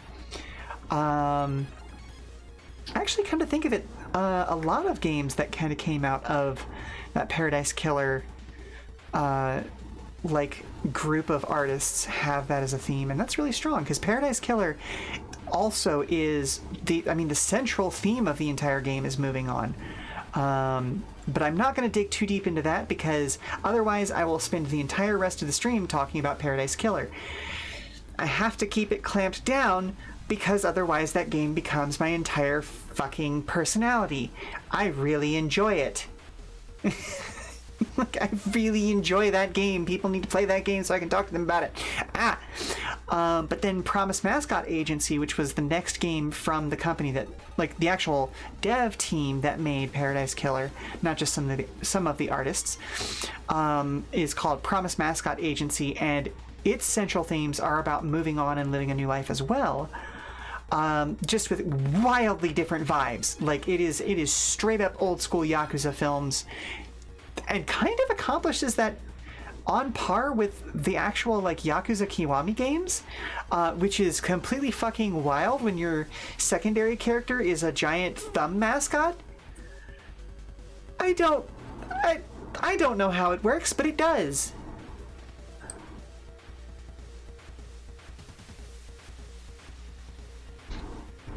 But anyway, let's see. I've still got that one single word going on there, plus 2 lines there, so...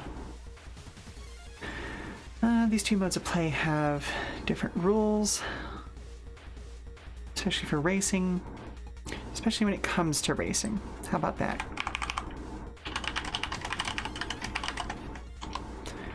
But there are a couple... Oh, beans! Ah! Ended up with exactly the same problem. Where the lanes cross over. Obstacles the party encounters during narrative play are overcome by using skill checks. There are no turns. NPCs don't act on their own initiative. I mean, I guess I could make that single sentence its own paragraph. Not to distract further, but you got some good taste in music. You love World of Horror. Thank you very much. Yeah, like audio is a big deciding factor in what makes me play a game. Like I have some musical training. Obviously, I have some dance training as well. I say some as if that's not my primary thing I do these days. And a lot of how I experience the world is through audio. Like, I don't like to talk about it on stream, but my eyes are actually not that good. And so, like, for most of my life, it's just been, like, I experience a lot of my world through the sounds that are made around me. And so, like, especially if you watch any of the actual play stuff that I'm running, a solid soundtrack with well-timed audio effects is a big thing that I like bringing to actual plays. Like, to the point where I actually make sure to go and get the license for stuff that I use on stream. That also has to do with the fact that I work in entertainment in real life as well, like for realsies. And so, like, I know the process of what licensing stuff is. And so, like, yeah, it's real easy for me to just write an email or even sometimes make a phone call and be like, hey, how much would it cost to license this? And you would be shocked by how often the answer is, oh, nothing, just tell people where you got it, and that'll be good for us. Give us a credit, and cool, great, fantastic. That's all I needed to know. Yeah. And so, yeah, like, I just, again, a lot of what makes a game stick with me is the soundtrack. And, like, having particularly good sound effects also, that sort of a thing. Like, oh my goodness. The soundtrack for Warhammer 40k Mechanicus, holy shit, does that make my brain buzz. And just anything that has a clear, good musical direction. Like Dragon Quest XI, which just came up right now. Like, they do a lot of reuse of music from previous Dragon Quest games, obviously. Like, I mean, when you've got that many games, you're gonna have repeating leitmotifs and things like that. But, you know, it has its own unique identity because of its ability to switch back and forth between, like, the 4 different soundtracks. Honestly, a lot of the recent 40k game music is pretty fire. It is. It absolutely is. I was talking earlier about Darktide because the Hive Scum class just came out today, and before I got on stream, I played a couple of rounds of it, and it is just, chef's kiss. I feel like I'm part of Clan Escher all over again. 10 out of 10. And yeah, again, like, the audio, and especially the way that, like, the positional audio in that game is balanced is so beautiful. They did such a good job because, and especially in a Left 4 Dead style game, when you are wearing a set of headphones and are able to pick out where in your environment an enemy is coming from just from the sounds, oh, good stuff. Fantastic stuff.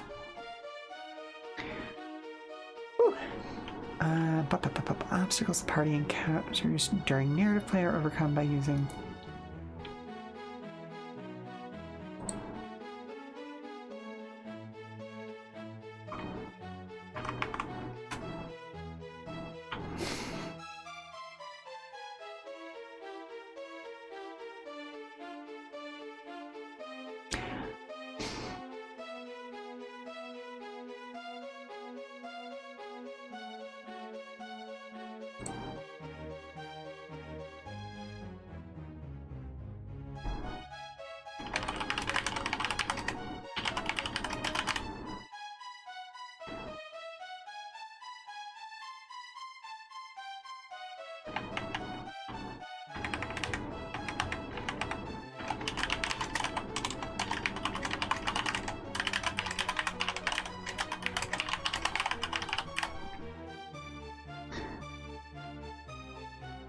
So, okay, I'm wondering if I should break this up into 3 paragraphs. It would make the first one really, really short, but let's see how that looks.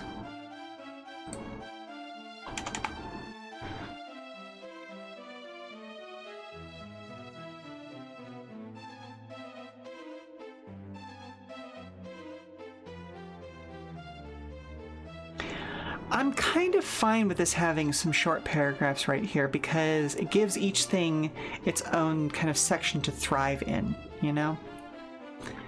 And then let's take a look at this, making skill checks. Here to play skill checks are used to determine the outcome of complicated situations and actions.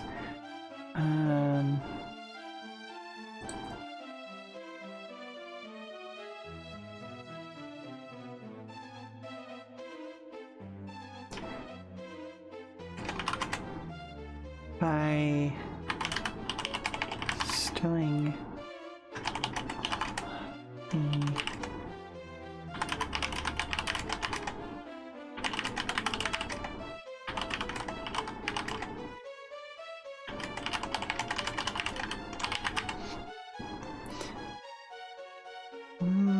I feel you focus on audio as well. But for a different reason. I always wanted to do visual art, but just kind of couldn't hack it. Doing sound design for the first time, I felt like I could make something as digestible and engaging as visual art that captured what you wanted. Hey, fair enough, fair enough. Like, I only just really started to learn how to draw at a level that I would refer to as well. I can't draw well enough to like sell anything like that, but I can draw well enough to kind of convey what I'm getting at and convey my meaning. And that was well into my late 20s when I started doing that.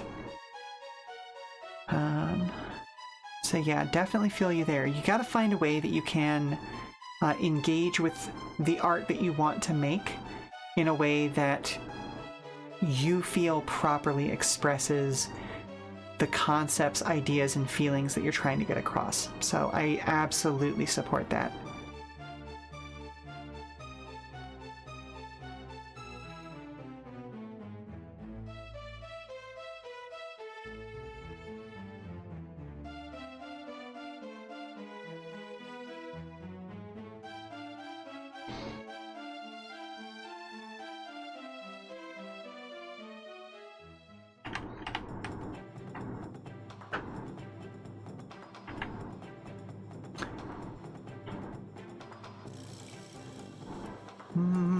I may have added too much information there.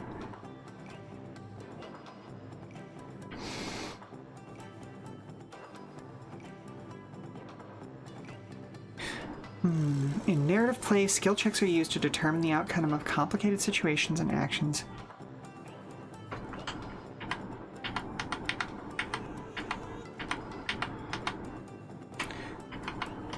They're only required when there's a chance of things not going the way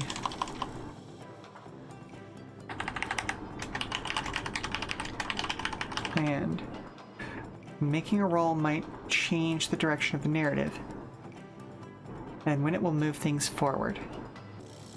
Drivers will normally just succeed when they're performing mundane tasks, especially if it's related to their background. Dice don't need to be involved.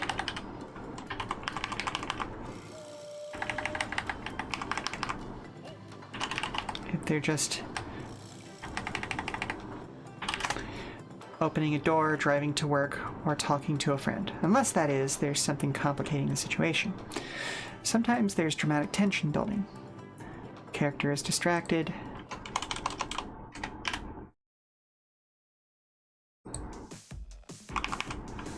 Or they're in search of something they've misplaced. These are all perfect times to make a skill check. Skill checks can cover things as broad or specific as is necessary for the story. The GM and players are trying to tell. For example, a skill check might, I don't need to bold it there. A skill check might cover an entire day's worth of complicated paperwork. As a character tries. Actually, let's go with the party. Tries to register for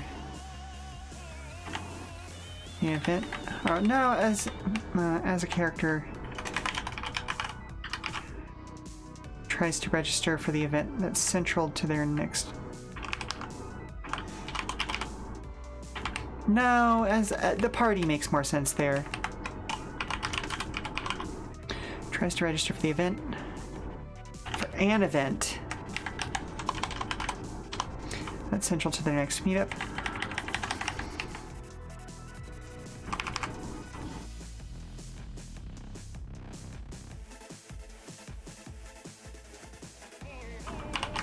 Or the players might instead roll for individual moments of action, maintaining their patience as the NPC on the other side of the counter writes things down.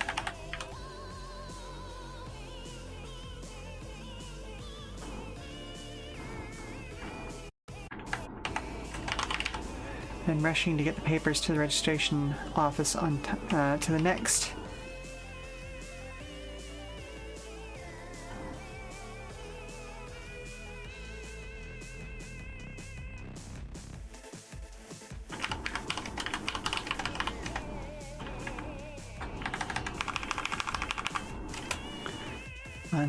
Then rushing to get to the papers to the next step of registration on time, and so on. There we go.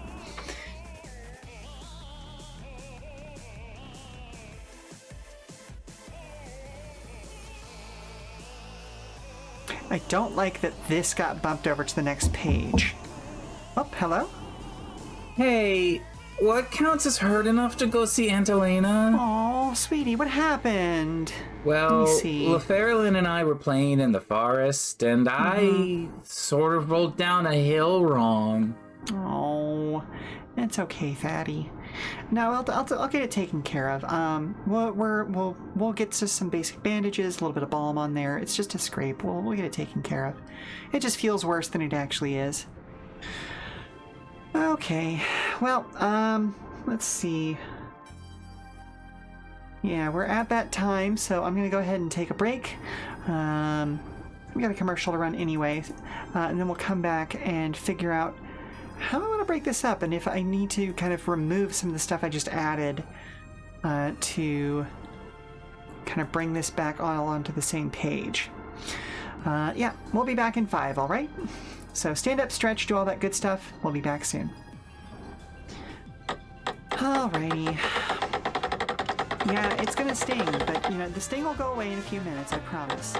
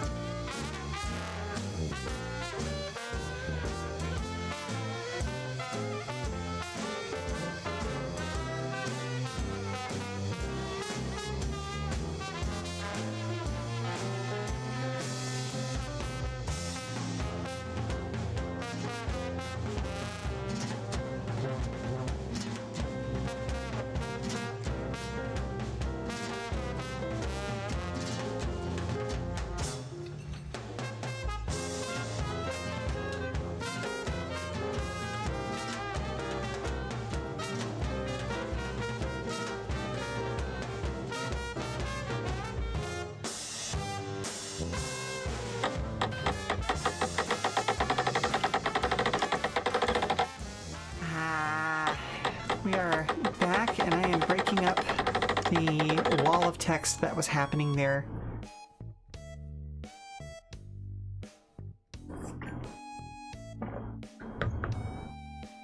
On the one hand, it has pushed more of this numbered list onto the next page, but on the other, that may be a good thing, because if I can actually add a couple more lines, then I can justify breaking this, or like sending this down to the next page entirely.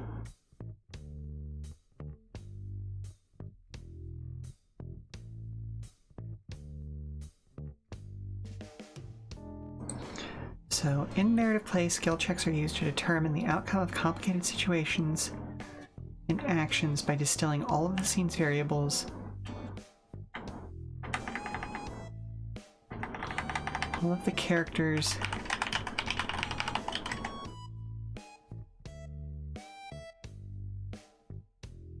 training, the scene's variables down into a roll of the dice. They're only required when there's a chance of things not going the way they were planned, when making a roll might change the direction of narrative, or when it will move things forward.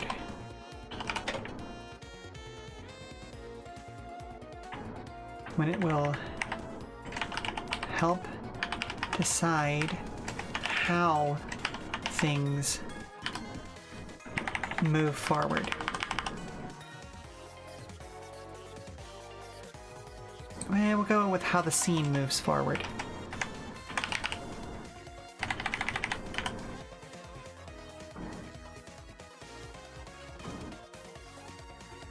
Drivers will normally just succeed when they're performing mundane tasks, especially if it's related to their background. For instance, the dice don't need to be involved if they're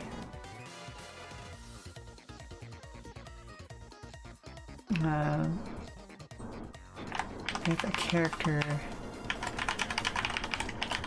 is just opening a door, driving to work, or talking to a friend. Unless, that is, there's something complicating the situation.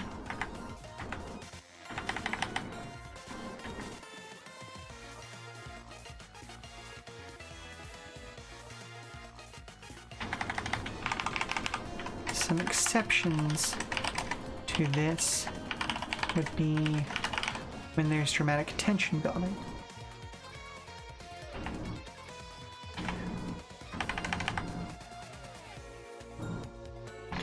When a character is distracted, how about that? Let's do that. When a character is distracted,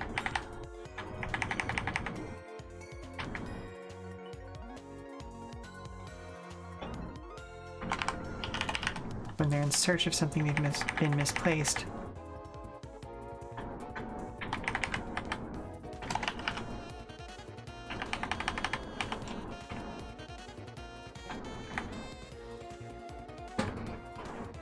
whenever a bit of dramatic tension building would be appropriate. These are all perfect times to make a skill check. Okay. That one's now a little bit longer than I would like, but it is what it is. Like, it still feels like a good length. All of that is within, like, this focused area. Skill checks can cover things as broad or specific as is necessary for the story that the GM and players are trying to tell. For example, a skill check might cover an entire day's worth of complicated paperwork as the party tries to register for an event that's central to their next meetup.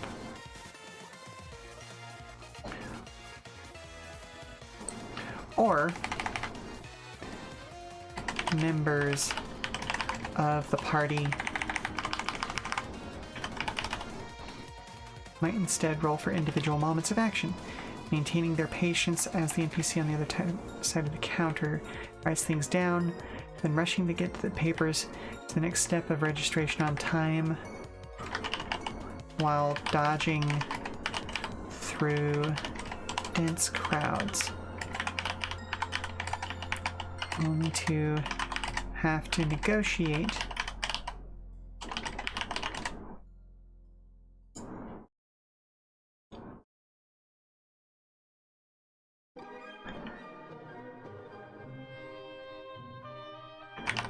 another official.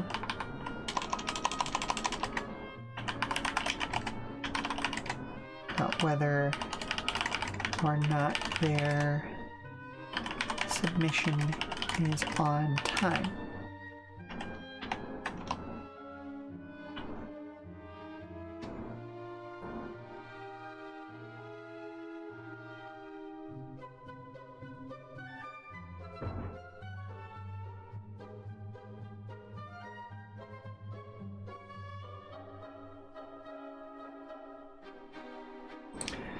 Let's add something else here. For example, if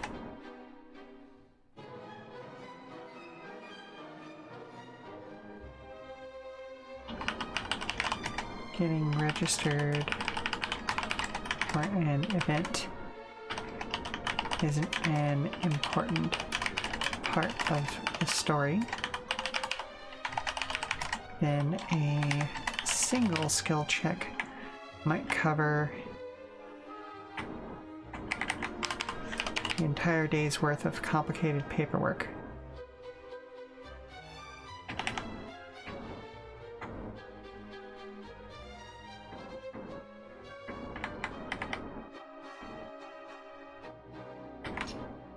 Party registers.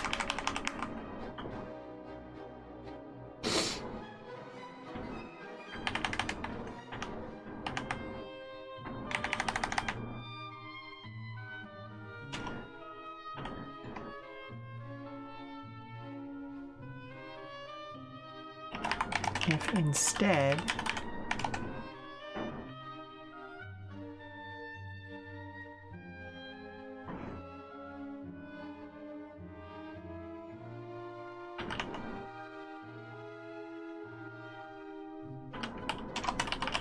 process is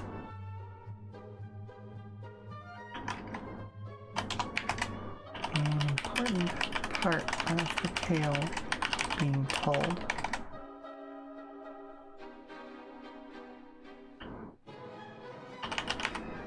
And the GM could have members of the party roll for individual moments of action.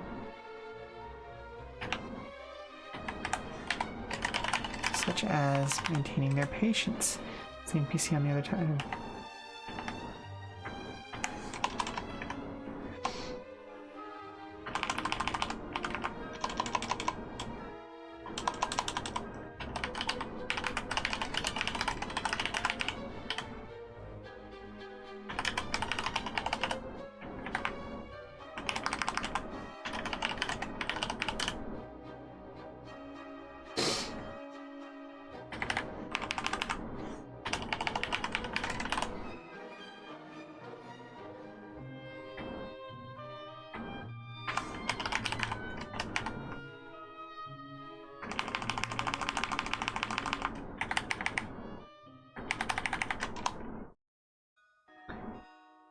Have to negotiate.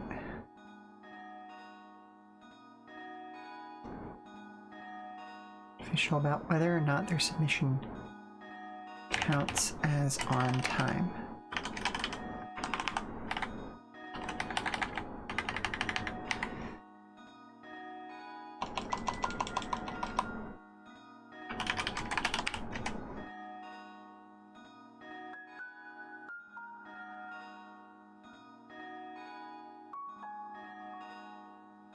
Okay, so that's a kind of chunky paragraph as well, but let's give it another read over to see if it works. Skill checks can cover things as broad or specific as is necessary for the story that the GM and players are trying to tell. For example, if getting registered for an event isn't an important part...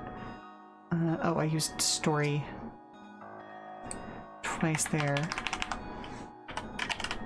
Isn't an important part of the narrative, then a single skill check might cover the entire day's worth of complicated paperwork.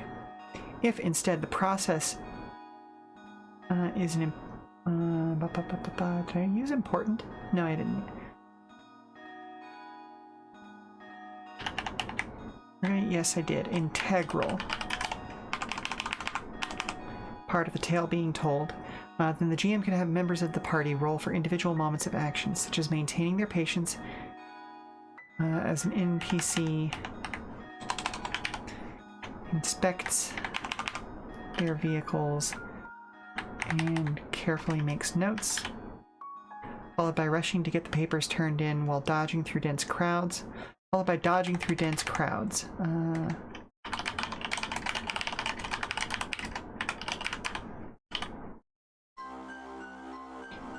And a rush to get to the office, only to have to negotiate with an official about whether or not their submission still counts as on time.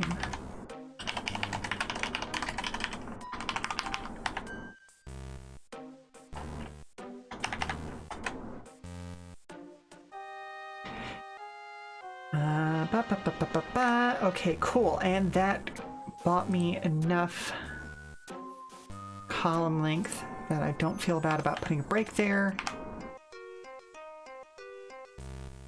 There we go. So then here's how to here's a breakdown of how to make a skill check. Name player, not sames, names their goal. GM decides the consequences of failure, e.g. losing time, not being able to find what they're looking for, defending someone, etc. There are no consequences. Character succeeds automatically. Determine which triggers activate, if any, and whether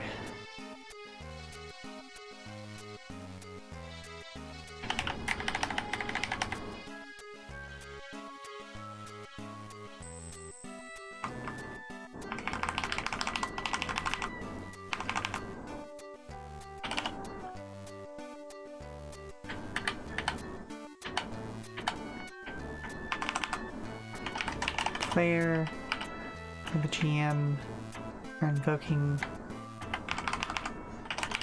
driver's background. Could be an accuracy or a difficulty. Roll with 1d20 and add any relevant modifiers from triggers, accuracy, or difficulty. Or 9 or less.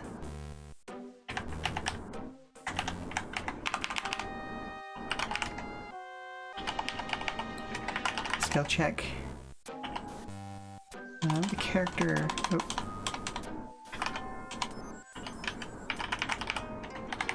fails to accomplish their goal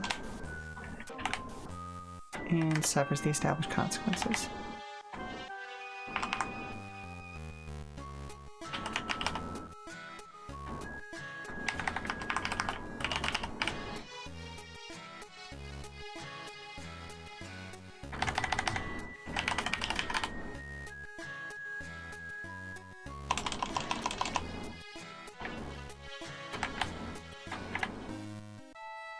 My role wants to achieve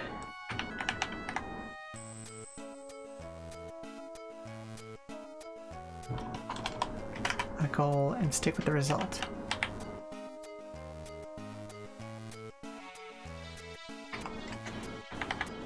If player wants to try again, they'll have to push it, which is covered below.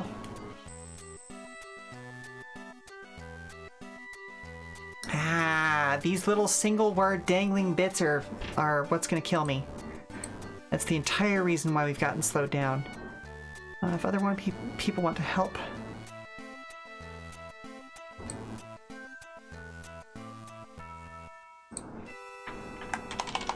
a character with an action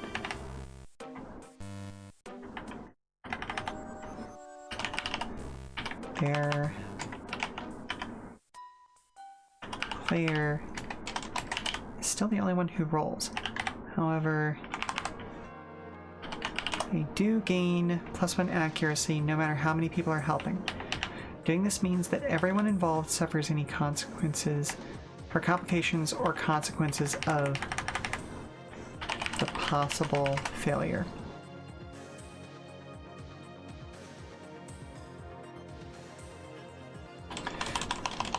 Should the skill check be a failure?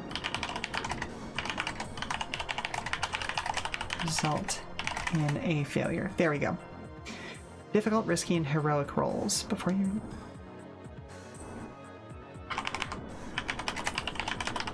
Where... Dang it! Rolls a skill check. The GM can decide what they're trying to do is difficult or risky, or even both. Difficult roll is harder than usual for some reason and adds +1 difficulty.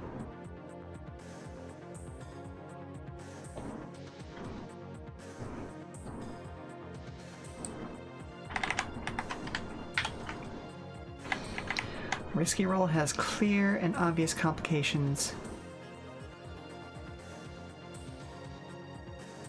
Even on a success. Okay, and now we have a whole 2 lines sticking out there.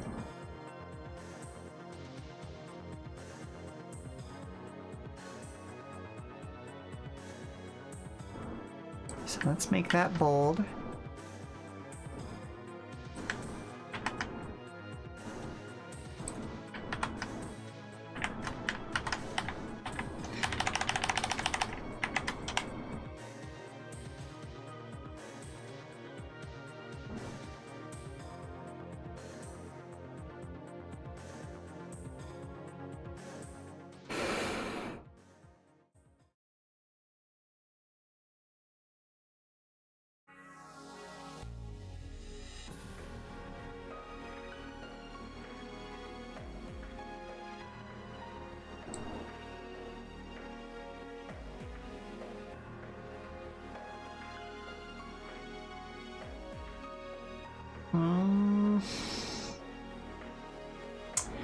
On the one hand, yeah, it's still 2 dangling lines.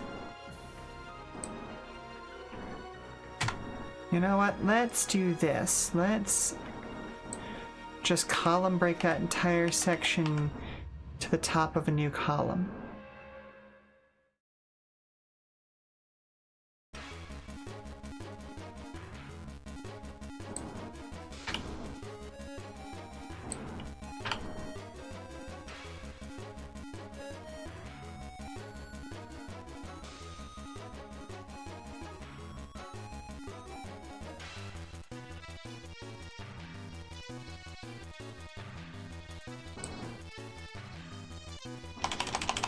When making a risky skill check,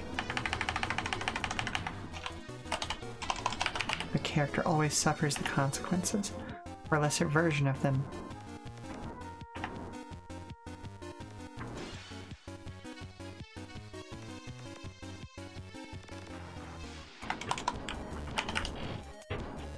When the result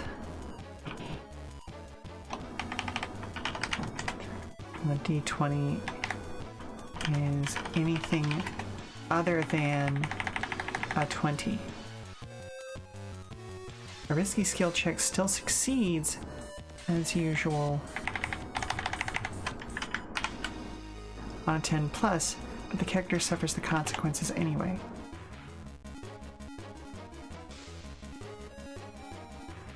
An action is so hard that success seems wildly unlikely. The GM can even make it a heroic.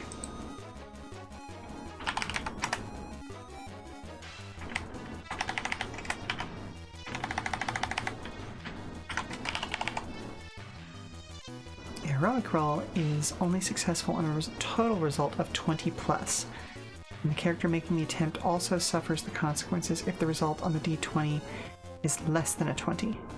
If the GM wants to push things even further, a heroic roll can also be made difficult. Drivers that manage to succeed in such we're going to say with such dire situations often become legends.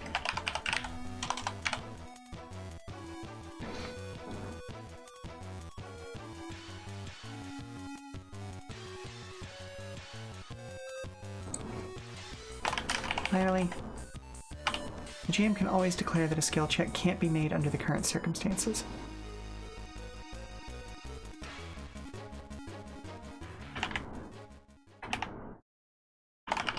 For instance, no matter how good your character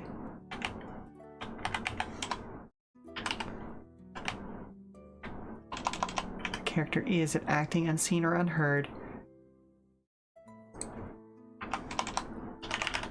they're not going to be hiding in the middle of an empty, well-lit concrete room.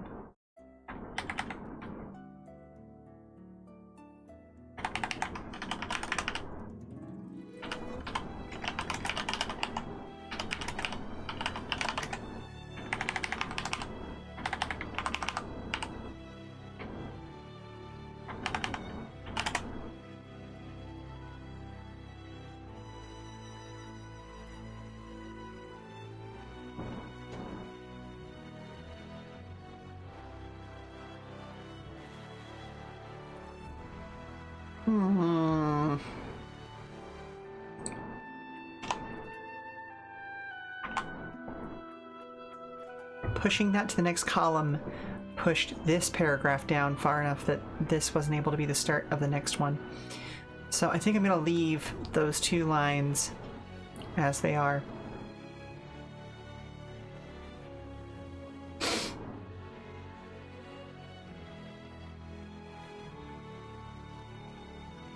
Okay, all right.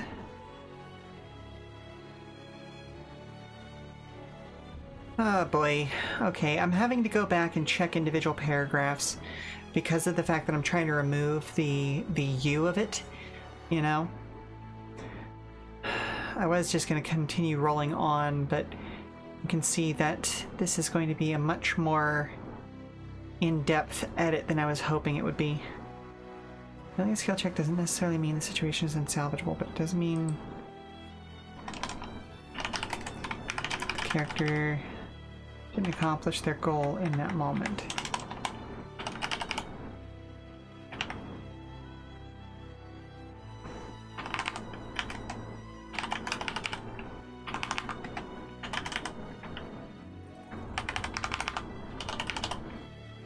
Same activity again unless you cannot have their character attempt the same activity again unless the circumstances change.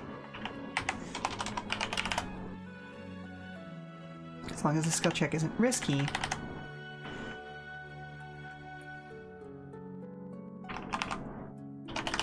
You make a second attempt to achieve the goal of a failed skill check in the same circumstances.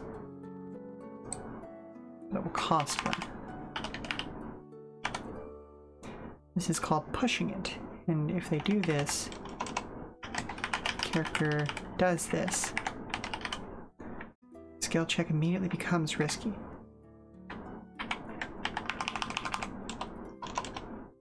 If a player does this, the skill check immediately becomes risky.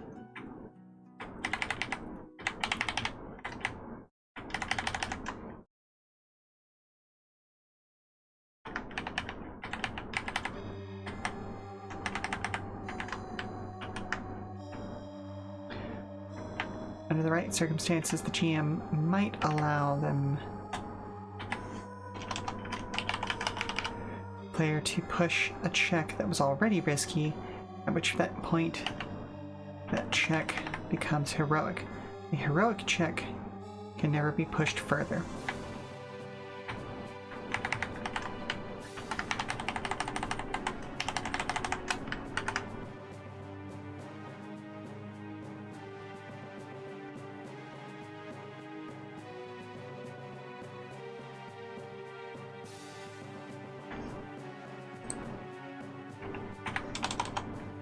And a player rolls less than 10 on a skill check or less than 20 on a risky check,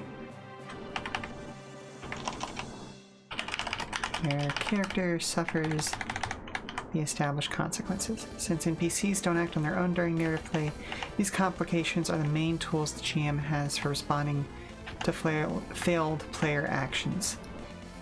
Okay. Consequences must be established before a roll is made.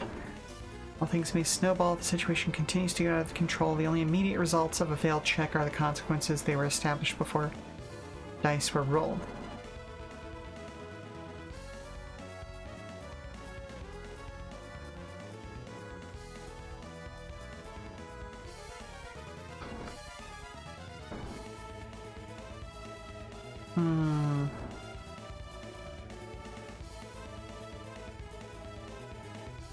Alright, we've got to reduce things a little bit because we've got dangling stuff here.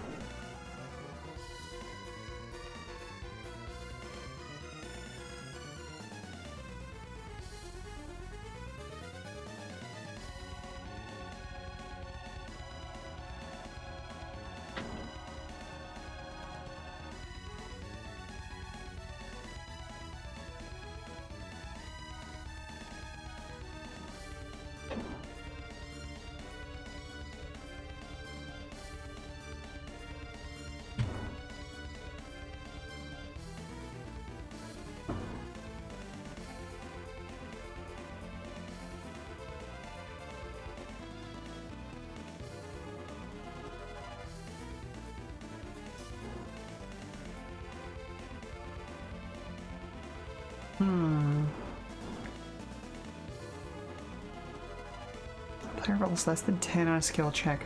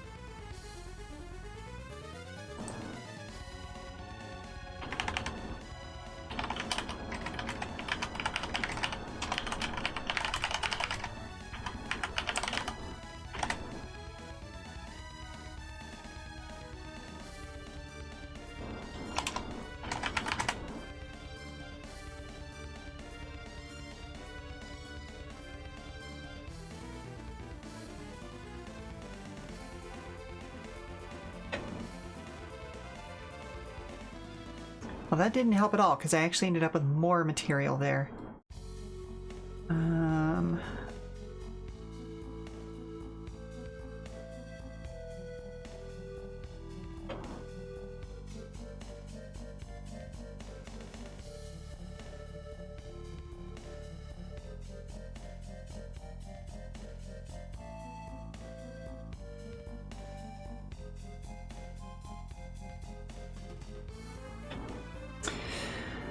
The player rolls less than 10 on a skill check, or less than 20 on a risky check.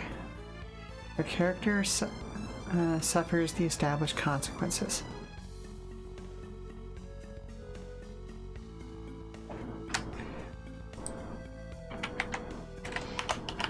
Or the whole party.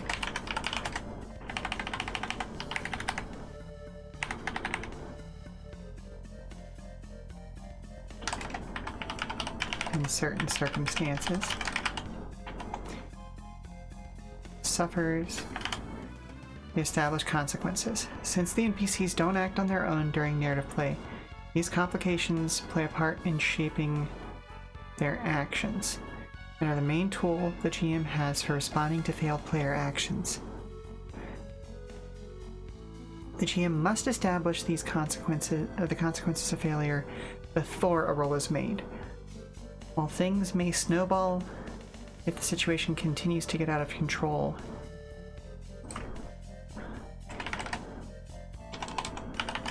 thanks to future out of control in the future. The only immediate results of a failed check are the consequences that were established before any dice were rolled. Before dice were rolled for it. The nature of the consequences depends. Could I squeeze these consequences? Yes. The nature of these consequences depends on the skill check and situation. For example, when Chad Fierce's attempt to be large and in charge didn't work out before, he could have pushed things and tried to do some problem solving through violence. However, the GM laid out that this might harm the reputation of his crew, and the players decided to have Chad back off, but in a way that felt narratively appropriate by having the other characters hold him back to keep things from escalating.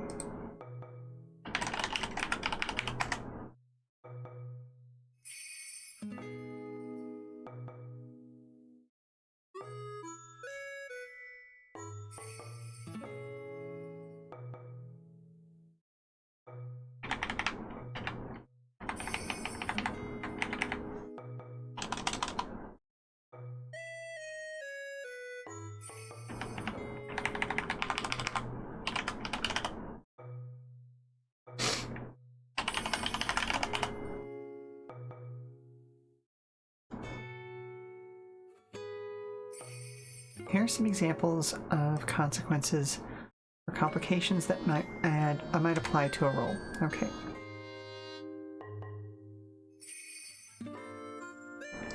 Okay, and the fact that this is now broken up clearly is fine. That's okay. Boo! Single words! Also, you. Ah.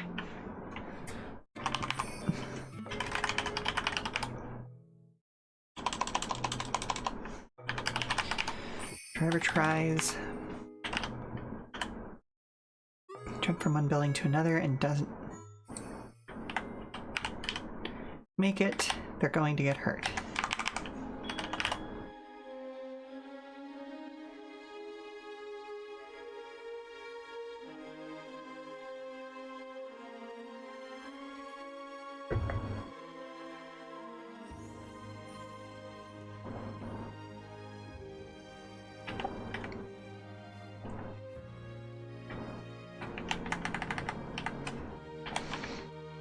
Kind of injury.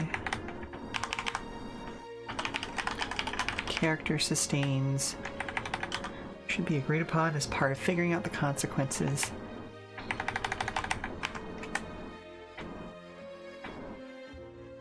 Since players don't track HP for drivers.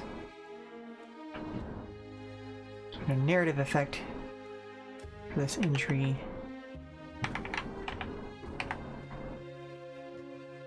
Should be included. Okay, in cases like this, the kind of injury character sustained should be agreed upon as part of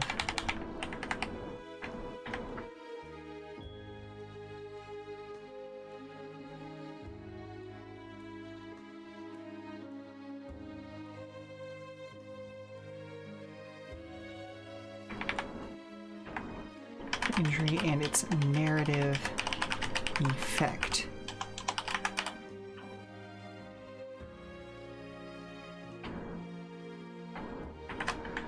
Kind of injury the character sustains and its narrative effect should be agreed upon as part of figuring out the consequences, since players don't track HP for drivers. There we go. Okay, that tightens that up. Action takes longer than expected. Without pressure, anyone can do the laundry.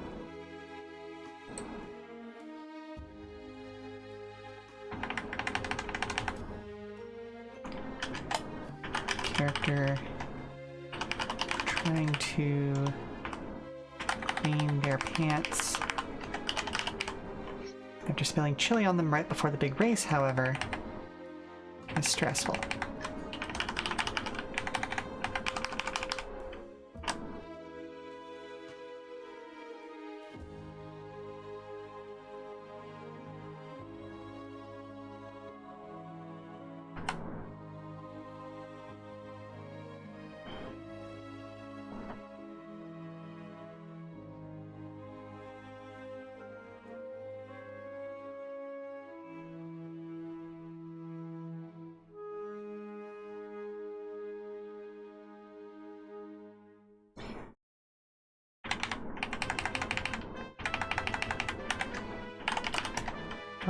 chili off of their pants. They're spilling it right before.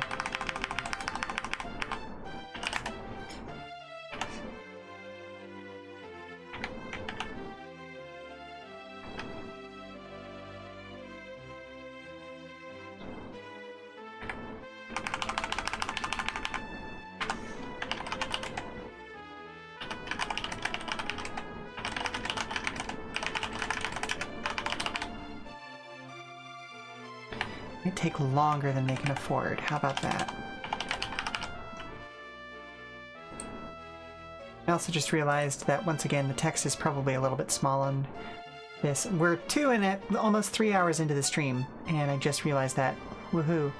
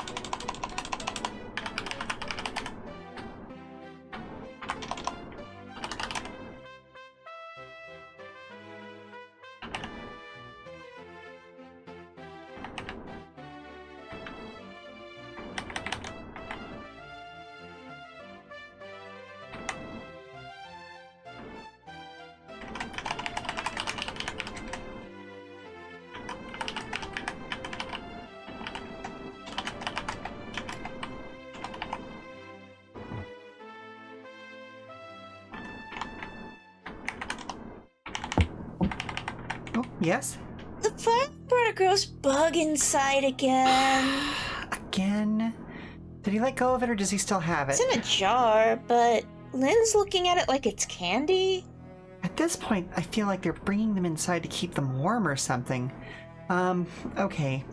We've got a break coming up here pretty soon anyway, so I'm gonna go ahead and send us to a commercial, and then we'll come back for the last segment of the day. How's that sound? Alright. See you in about 5 minutes. Okay. They're just gonna keep doing this now that they know they can, even in the winter. Okay, cool. Excellent. Love this for me.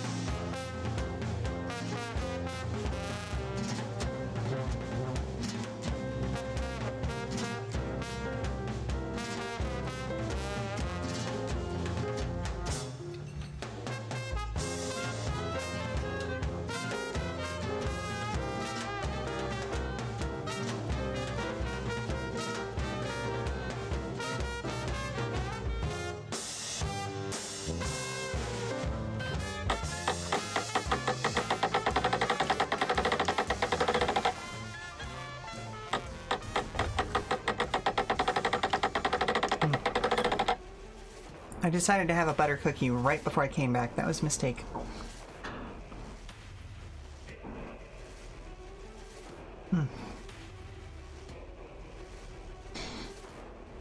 But hey, I'm well hydrated now. I also did a little bit of cleanup here.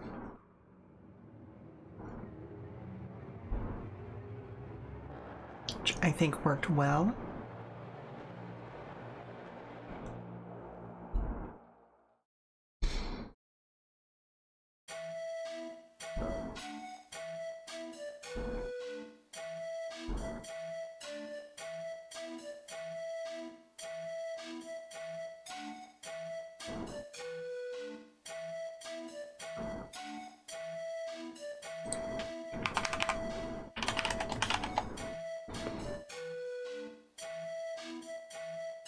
Everyone is working together in their own ways to contribute to overcoming an obstacle. The GM can upgrade from a regular check to a skill challenge.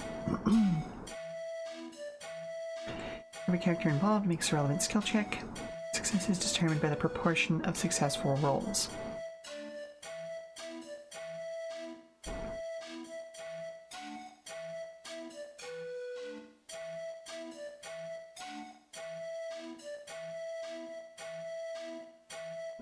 The number of successes outweighs the number of failures, and the challenge is a success.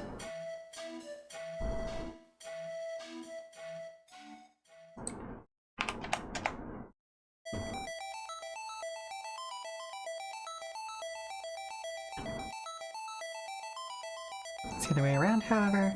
When more characters failed and succeeded, it's a failure.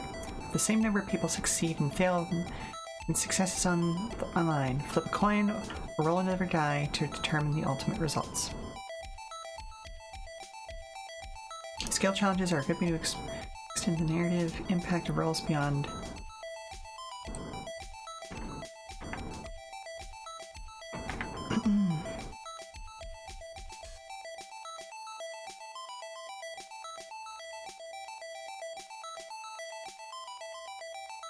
There will be several rounds of rolling with their end result determined by how many rounds the PCs won. For instance, in an extended challenge with 3 stages, the players must succeed in 2 out of the 3 skill challenges in order to truly pass the extended challenge. Oh, we got a single word hanging out here.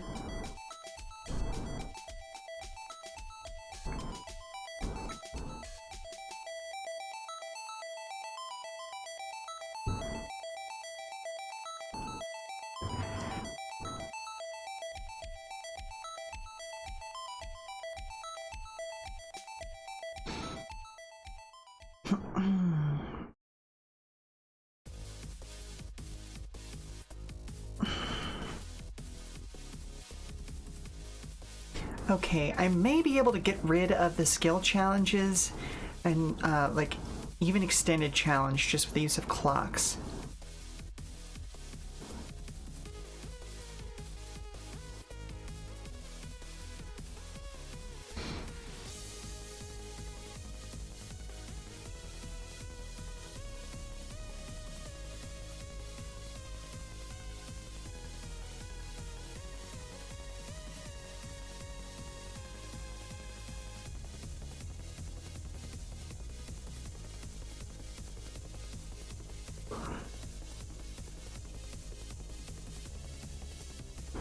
Because that's essentially what an extended challenge is a clock.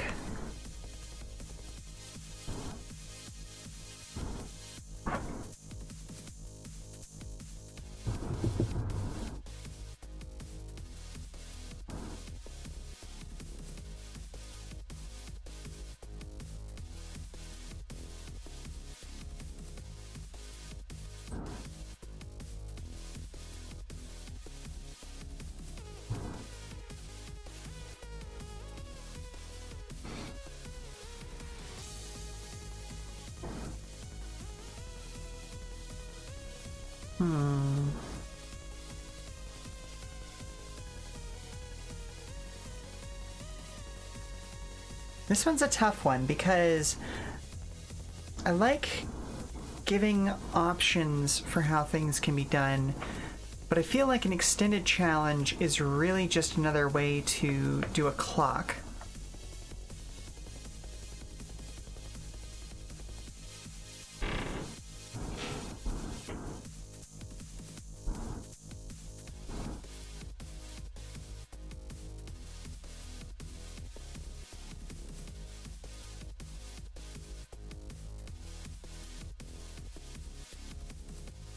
So I think that's what I'm going to do. I'm going to leave skill challenges, but I'm going to remove extended challenges.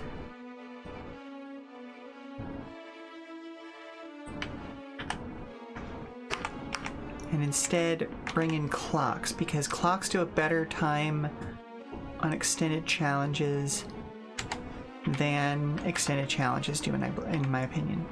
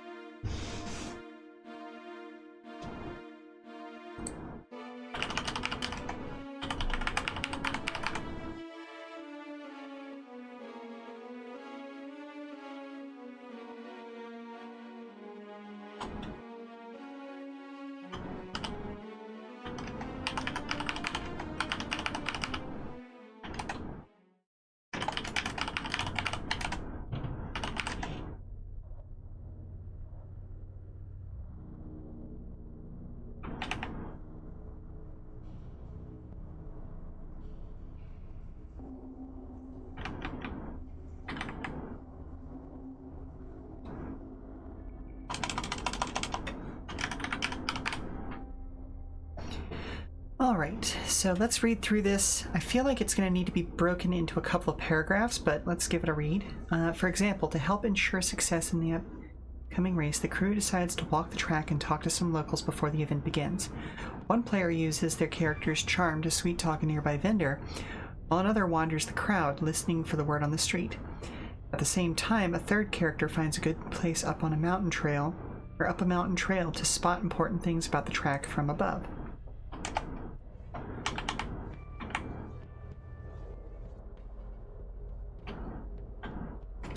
From which they can spot important things about the track from above.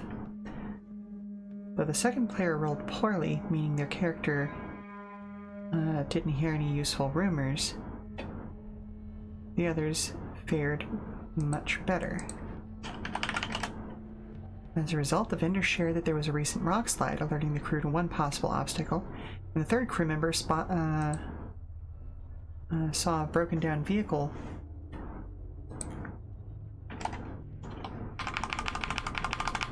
and helped get it up and running to cure another possible hazard.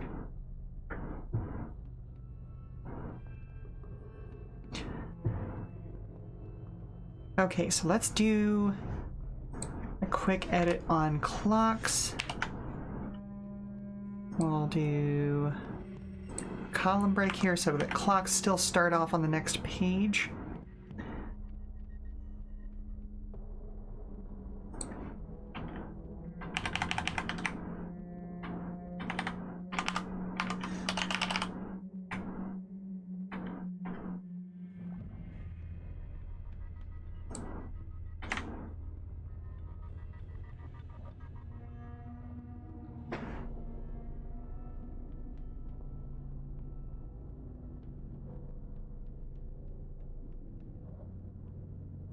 Listing stages. It would be better to make use of a progress block.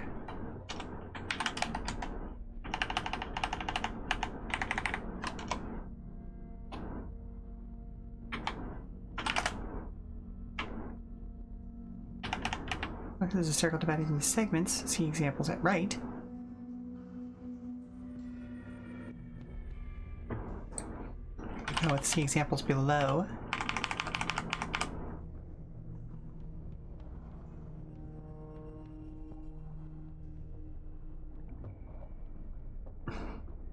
Anyone at the table can draw a progress clock when they need to track an ongoing effort against an obstacle or the approach of impending trouble. But usually it'll usually be the GM. Generally, the more complex the problem,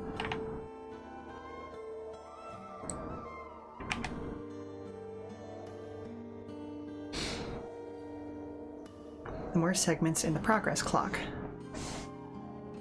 Complex obstacle is a 4-segment clock. Instance. Obstacle.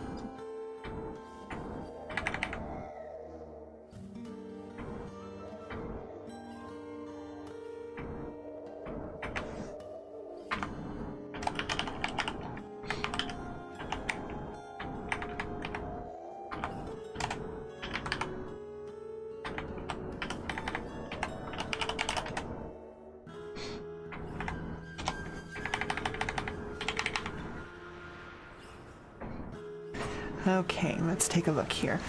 For example, a complex obstacle can still be completed fairly quickly. Might be a 4-segment clock, while a more complicated obstacle that might take some time could be a 6-segment clock.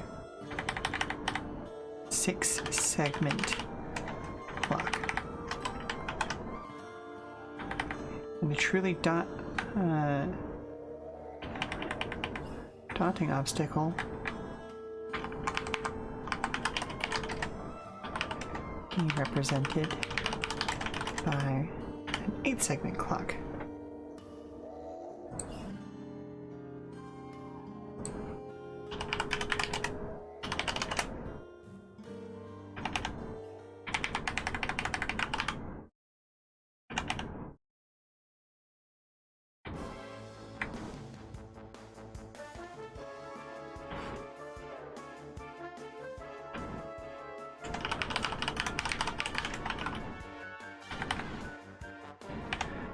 Truly daunting obstacle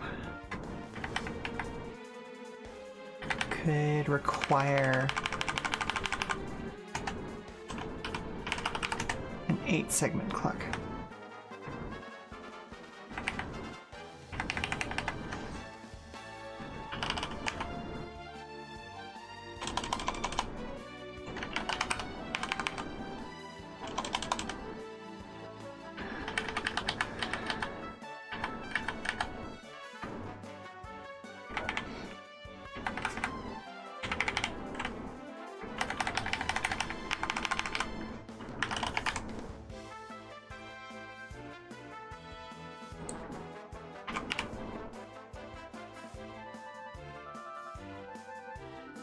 There we go. When you create a clock, anyone creates a clock,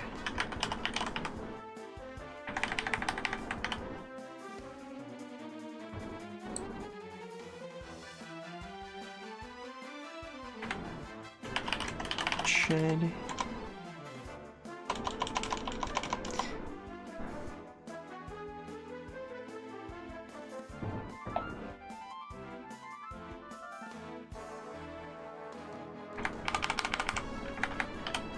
focus should be about the obstacle, not the method. For instance, clocks for getting to an event across town should look like heavy traffic and speed traps, not dodge through the traffic jam or outrun the cops. The heavy traffic and the speed traps are the obstacles, and the PCs can attempt to overcome them in a variety of ways, so don't narrow their options accidentally with too specific a description.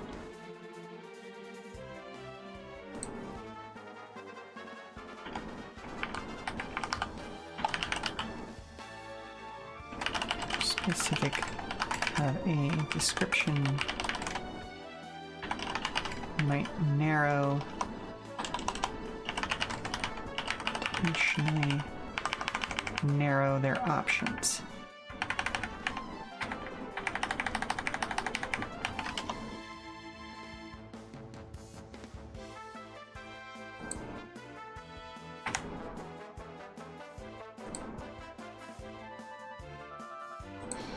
Do a column break to get all of that on one place. Okay. Complex situations can be broken into several layers, each with its own progress clock. I don't know if particularly complex situations can even be broken down into several layers, each with its own progress clock.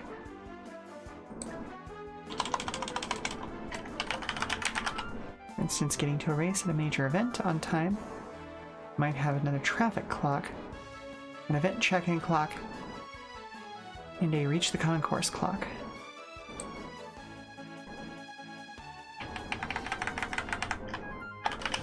Reach the starting line clock. The drivers would have to find a way through all 3 layers to reach the starting line on time.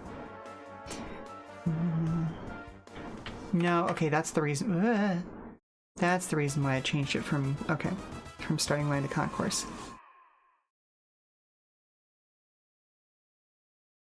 Remember that a clock tracks progress or affects the fictional situation, so the group can gauge how they're doing.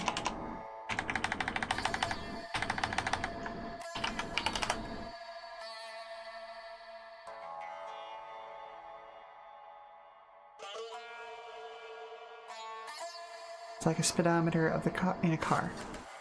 It shows the speed of the vehicle, it doesn't determine the speed.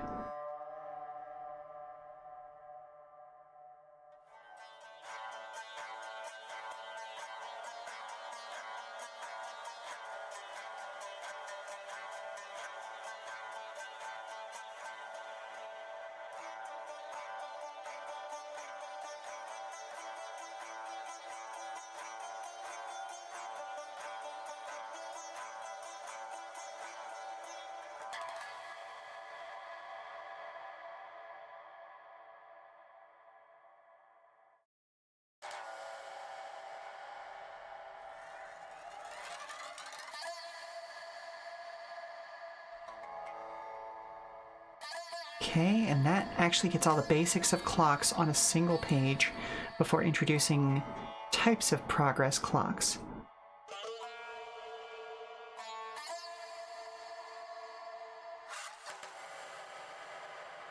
Excellent. Okay.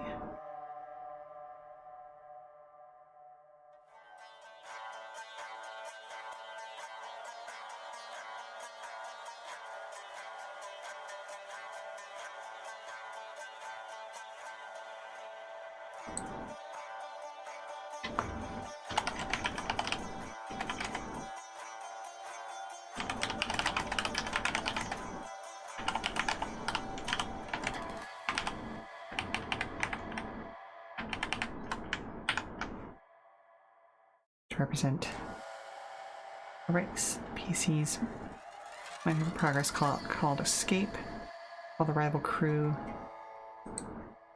has a clock called Cornered.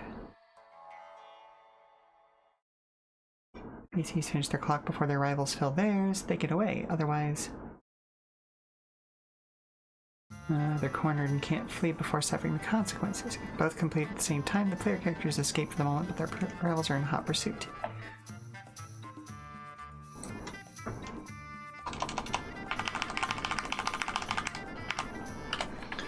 And some clocks can also be used for environmental hazards.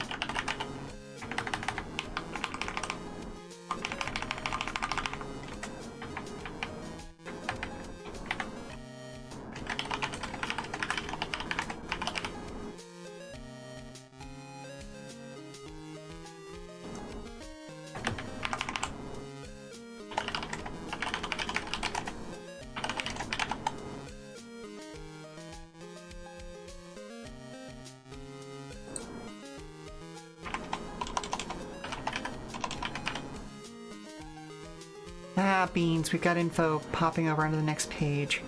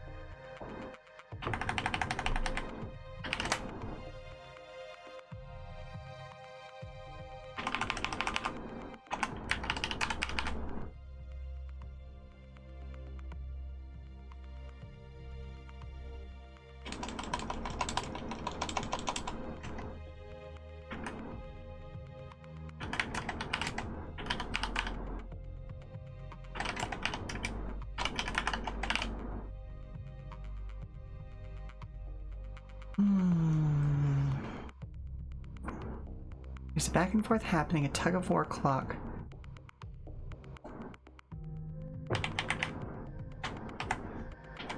Which can be filled and emptied by events.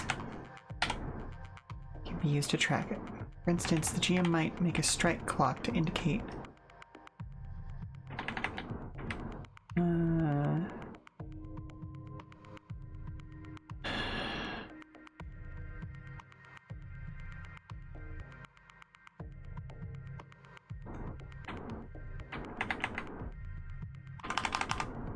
local workers are getting fed up.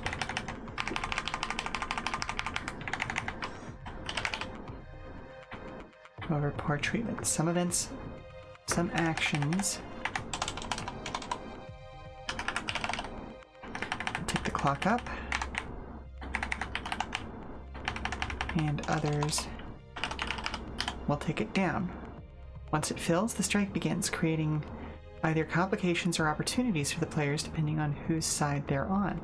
The tug-of-war clock would also be perfect for an ongoing turf war between two crews or factions. Okay, yeah, that reads well.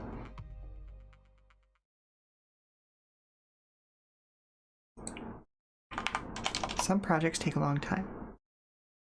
Basic long-term project clock. Taking these.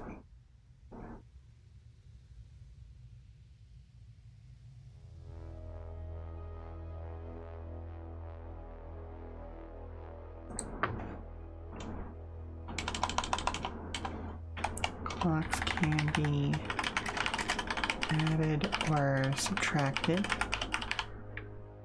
added or removed. Yeah, there we go, depending on the details of the situation and complexity of the project.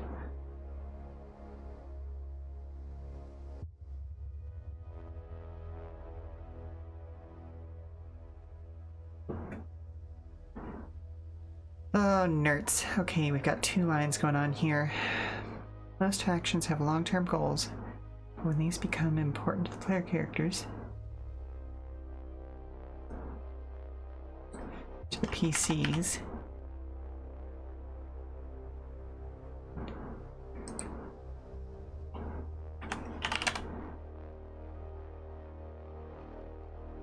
a faction clock to clearly communicate how soon that faction's goal will be achieved. For better or for worse.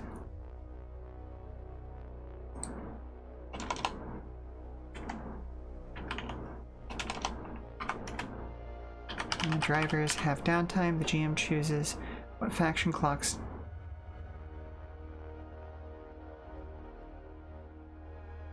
take forward, either by choice or random chance mechanics.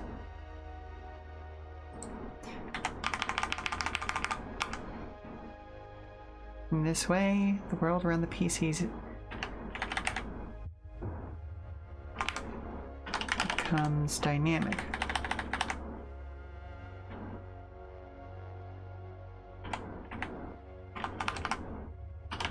Things happening that they're not directly connected to, changing the overall situation of the story and creating new opportunities and challenges. Okay. I feel like I can shorten that up, but let's take a look at the next paragraph as well. PCs may also directly affect NPC faction clocks based on the meetups they take part in. Discuss known faction projects they might aid or interfere with. And also consider how the player characters might affect the NPC clocks, whether they intended to or not.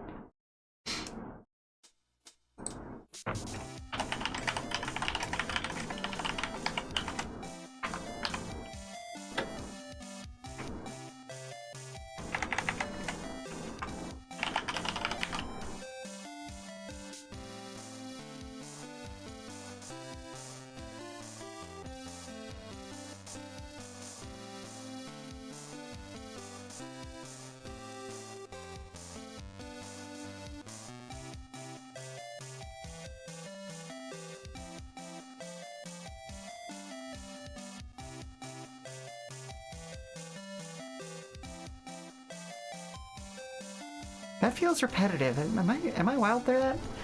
The table can openly discuss known faction projects that the players might aid or interfere with, and also consider how the player characters might affect the NPC clocks, whether they intended it or not.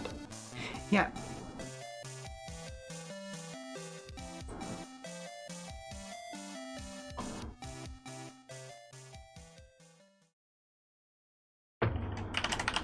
Better inform their choices.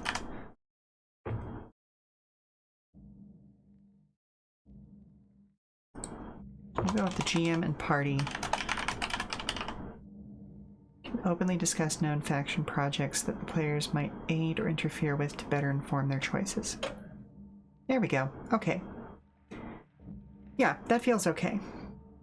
And we've hit the 3.5-hour mark. Plus my neck is starting to get a bit sore. Or not sore, but stiff. So I am going to go ahead and call it here.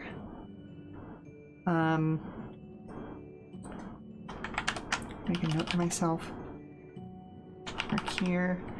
I made a lot less progress than I was hoping to, because I realized that I should take this time to get rid of like little single dangling words and remove references to any you from the book.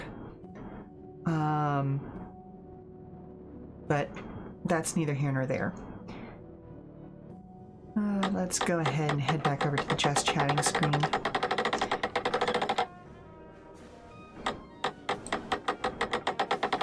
So yeah, like I was saying, I didn't make as much progress today as I was hoping I would, but honestly, we got to page 49 out of what's now 190 pages. That's like a good quarter of the book. That's not nothing, you know? So we've made good progress, even if it's not what I was personally hoping for. But in any case, I just wanted to say thank you very much for stopping by, Weary Travelers. I hope you've enjoyed today's TTRPG Tuesday stream. After this, I will be on tour for a couple of weeks. True, it is progress, exactly. I'm going to be gone for a couple of weeks on tour, so there aren't going to be any streams on this channel for a bit. The earliest I'll be back is Tuesday, December 16th, which would be another co-working stream, but I might wait until Friday, December 19th to continue the main story quest of Final Fantasy XIV Dawn Trail.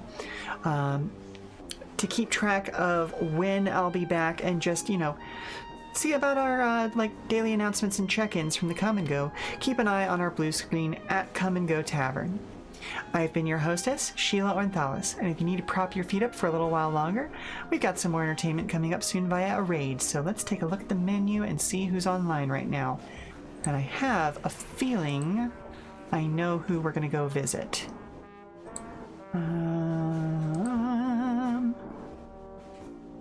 Because she was here earlier, and I think we're going to raid her right back. Yep, the Jord is online right now playing Honkai Star Rail, so she brought her crowd over here earlier. Let's walk you right back over from one tavern to another and then back to the first, right? Okay, I will see you all next time, and I hope to see you soon. Ta-ta for now. Bye. Bye, bye, bye, bye, bye. Mwah, bye. Bye, bye, bye.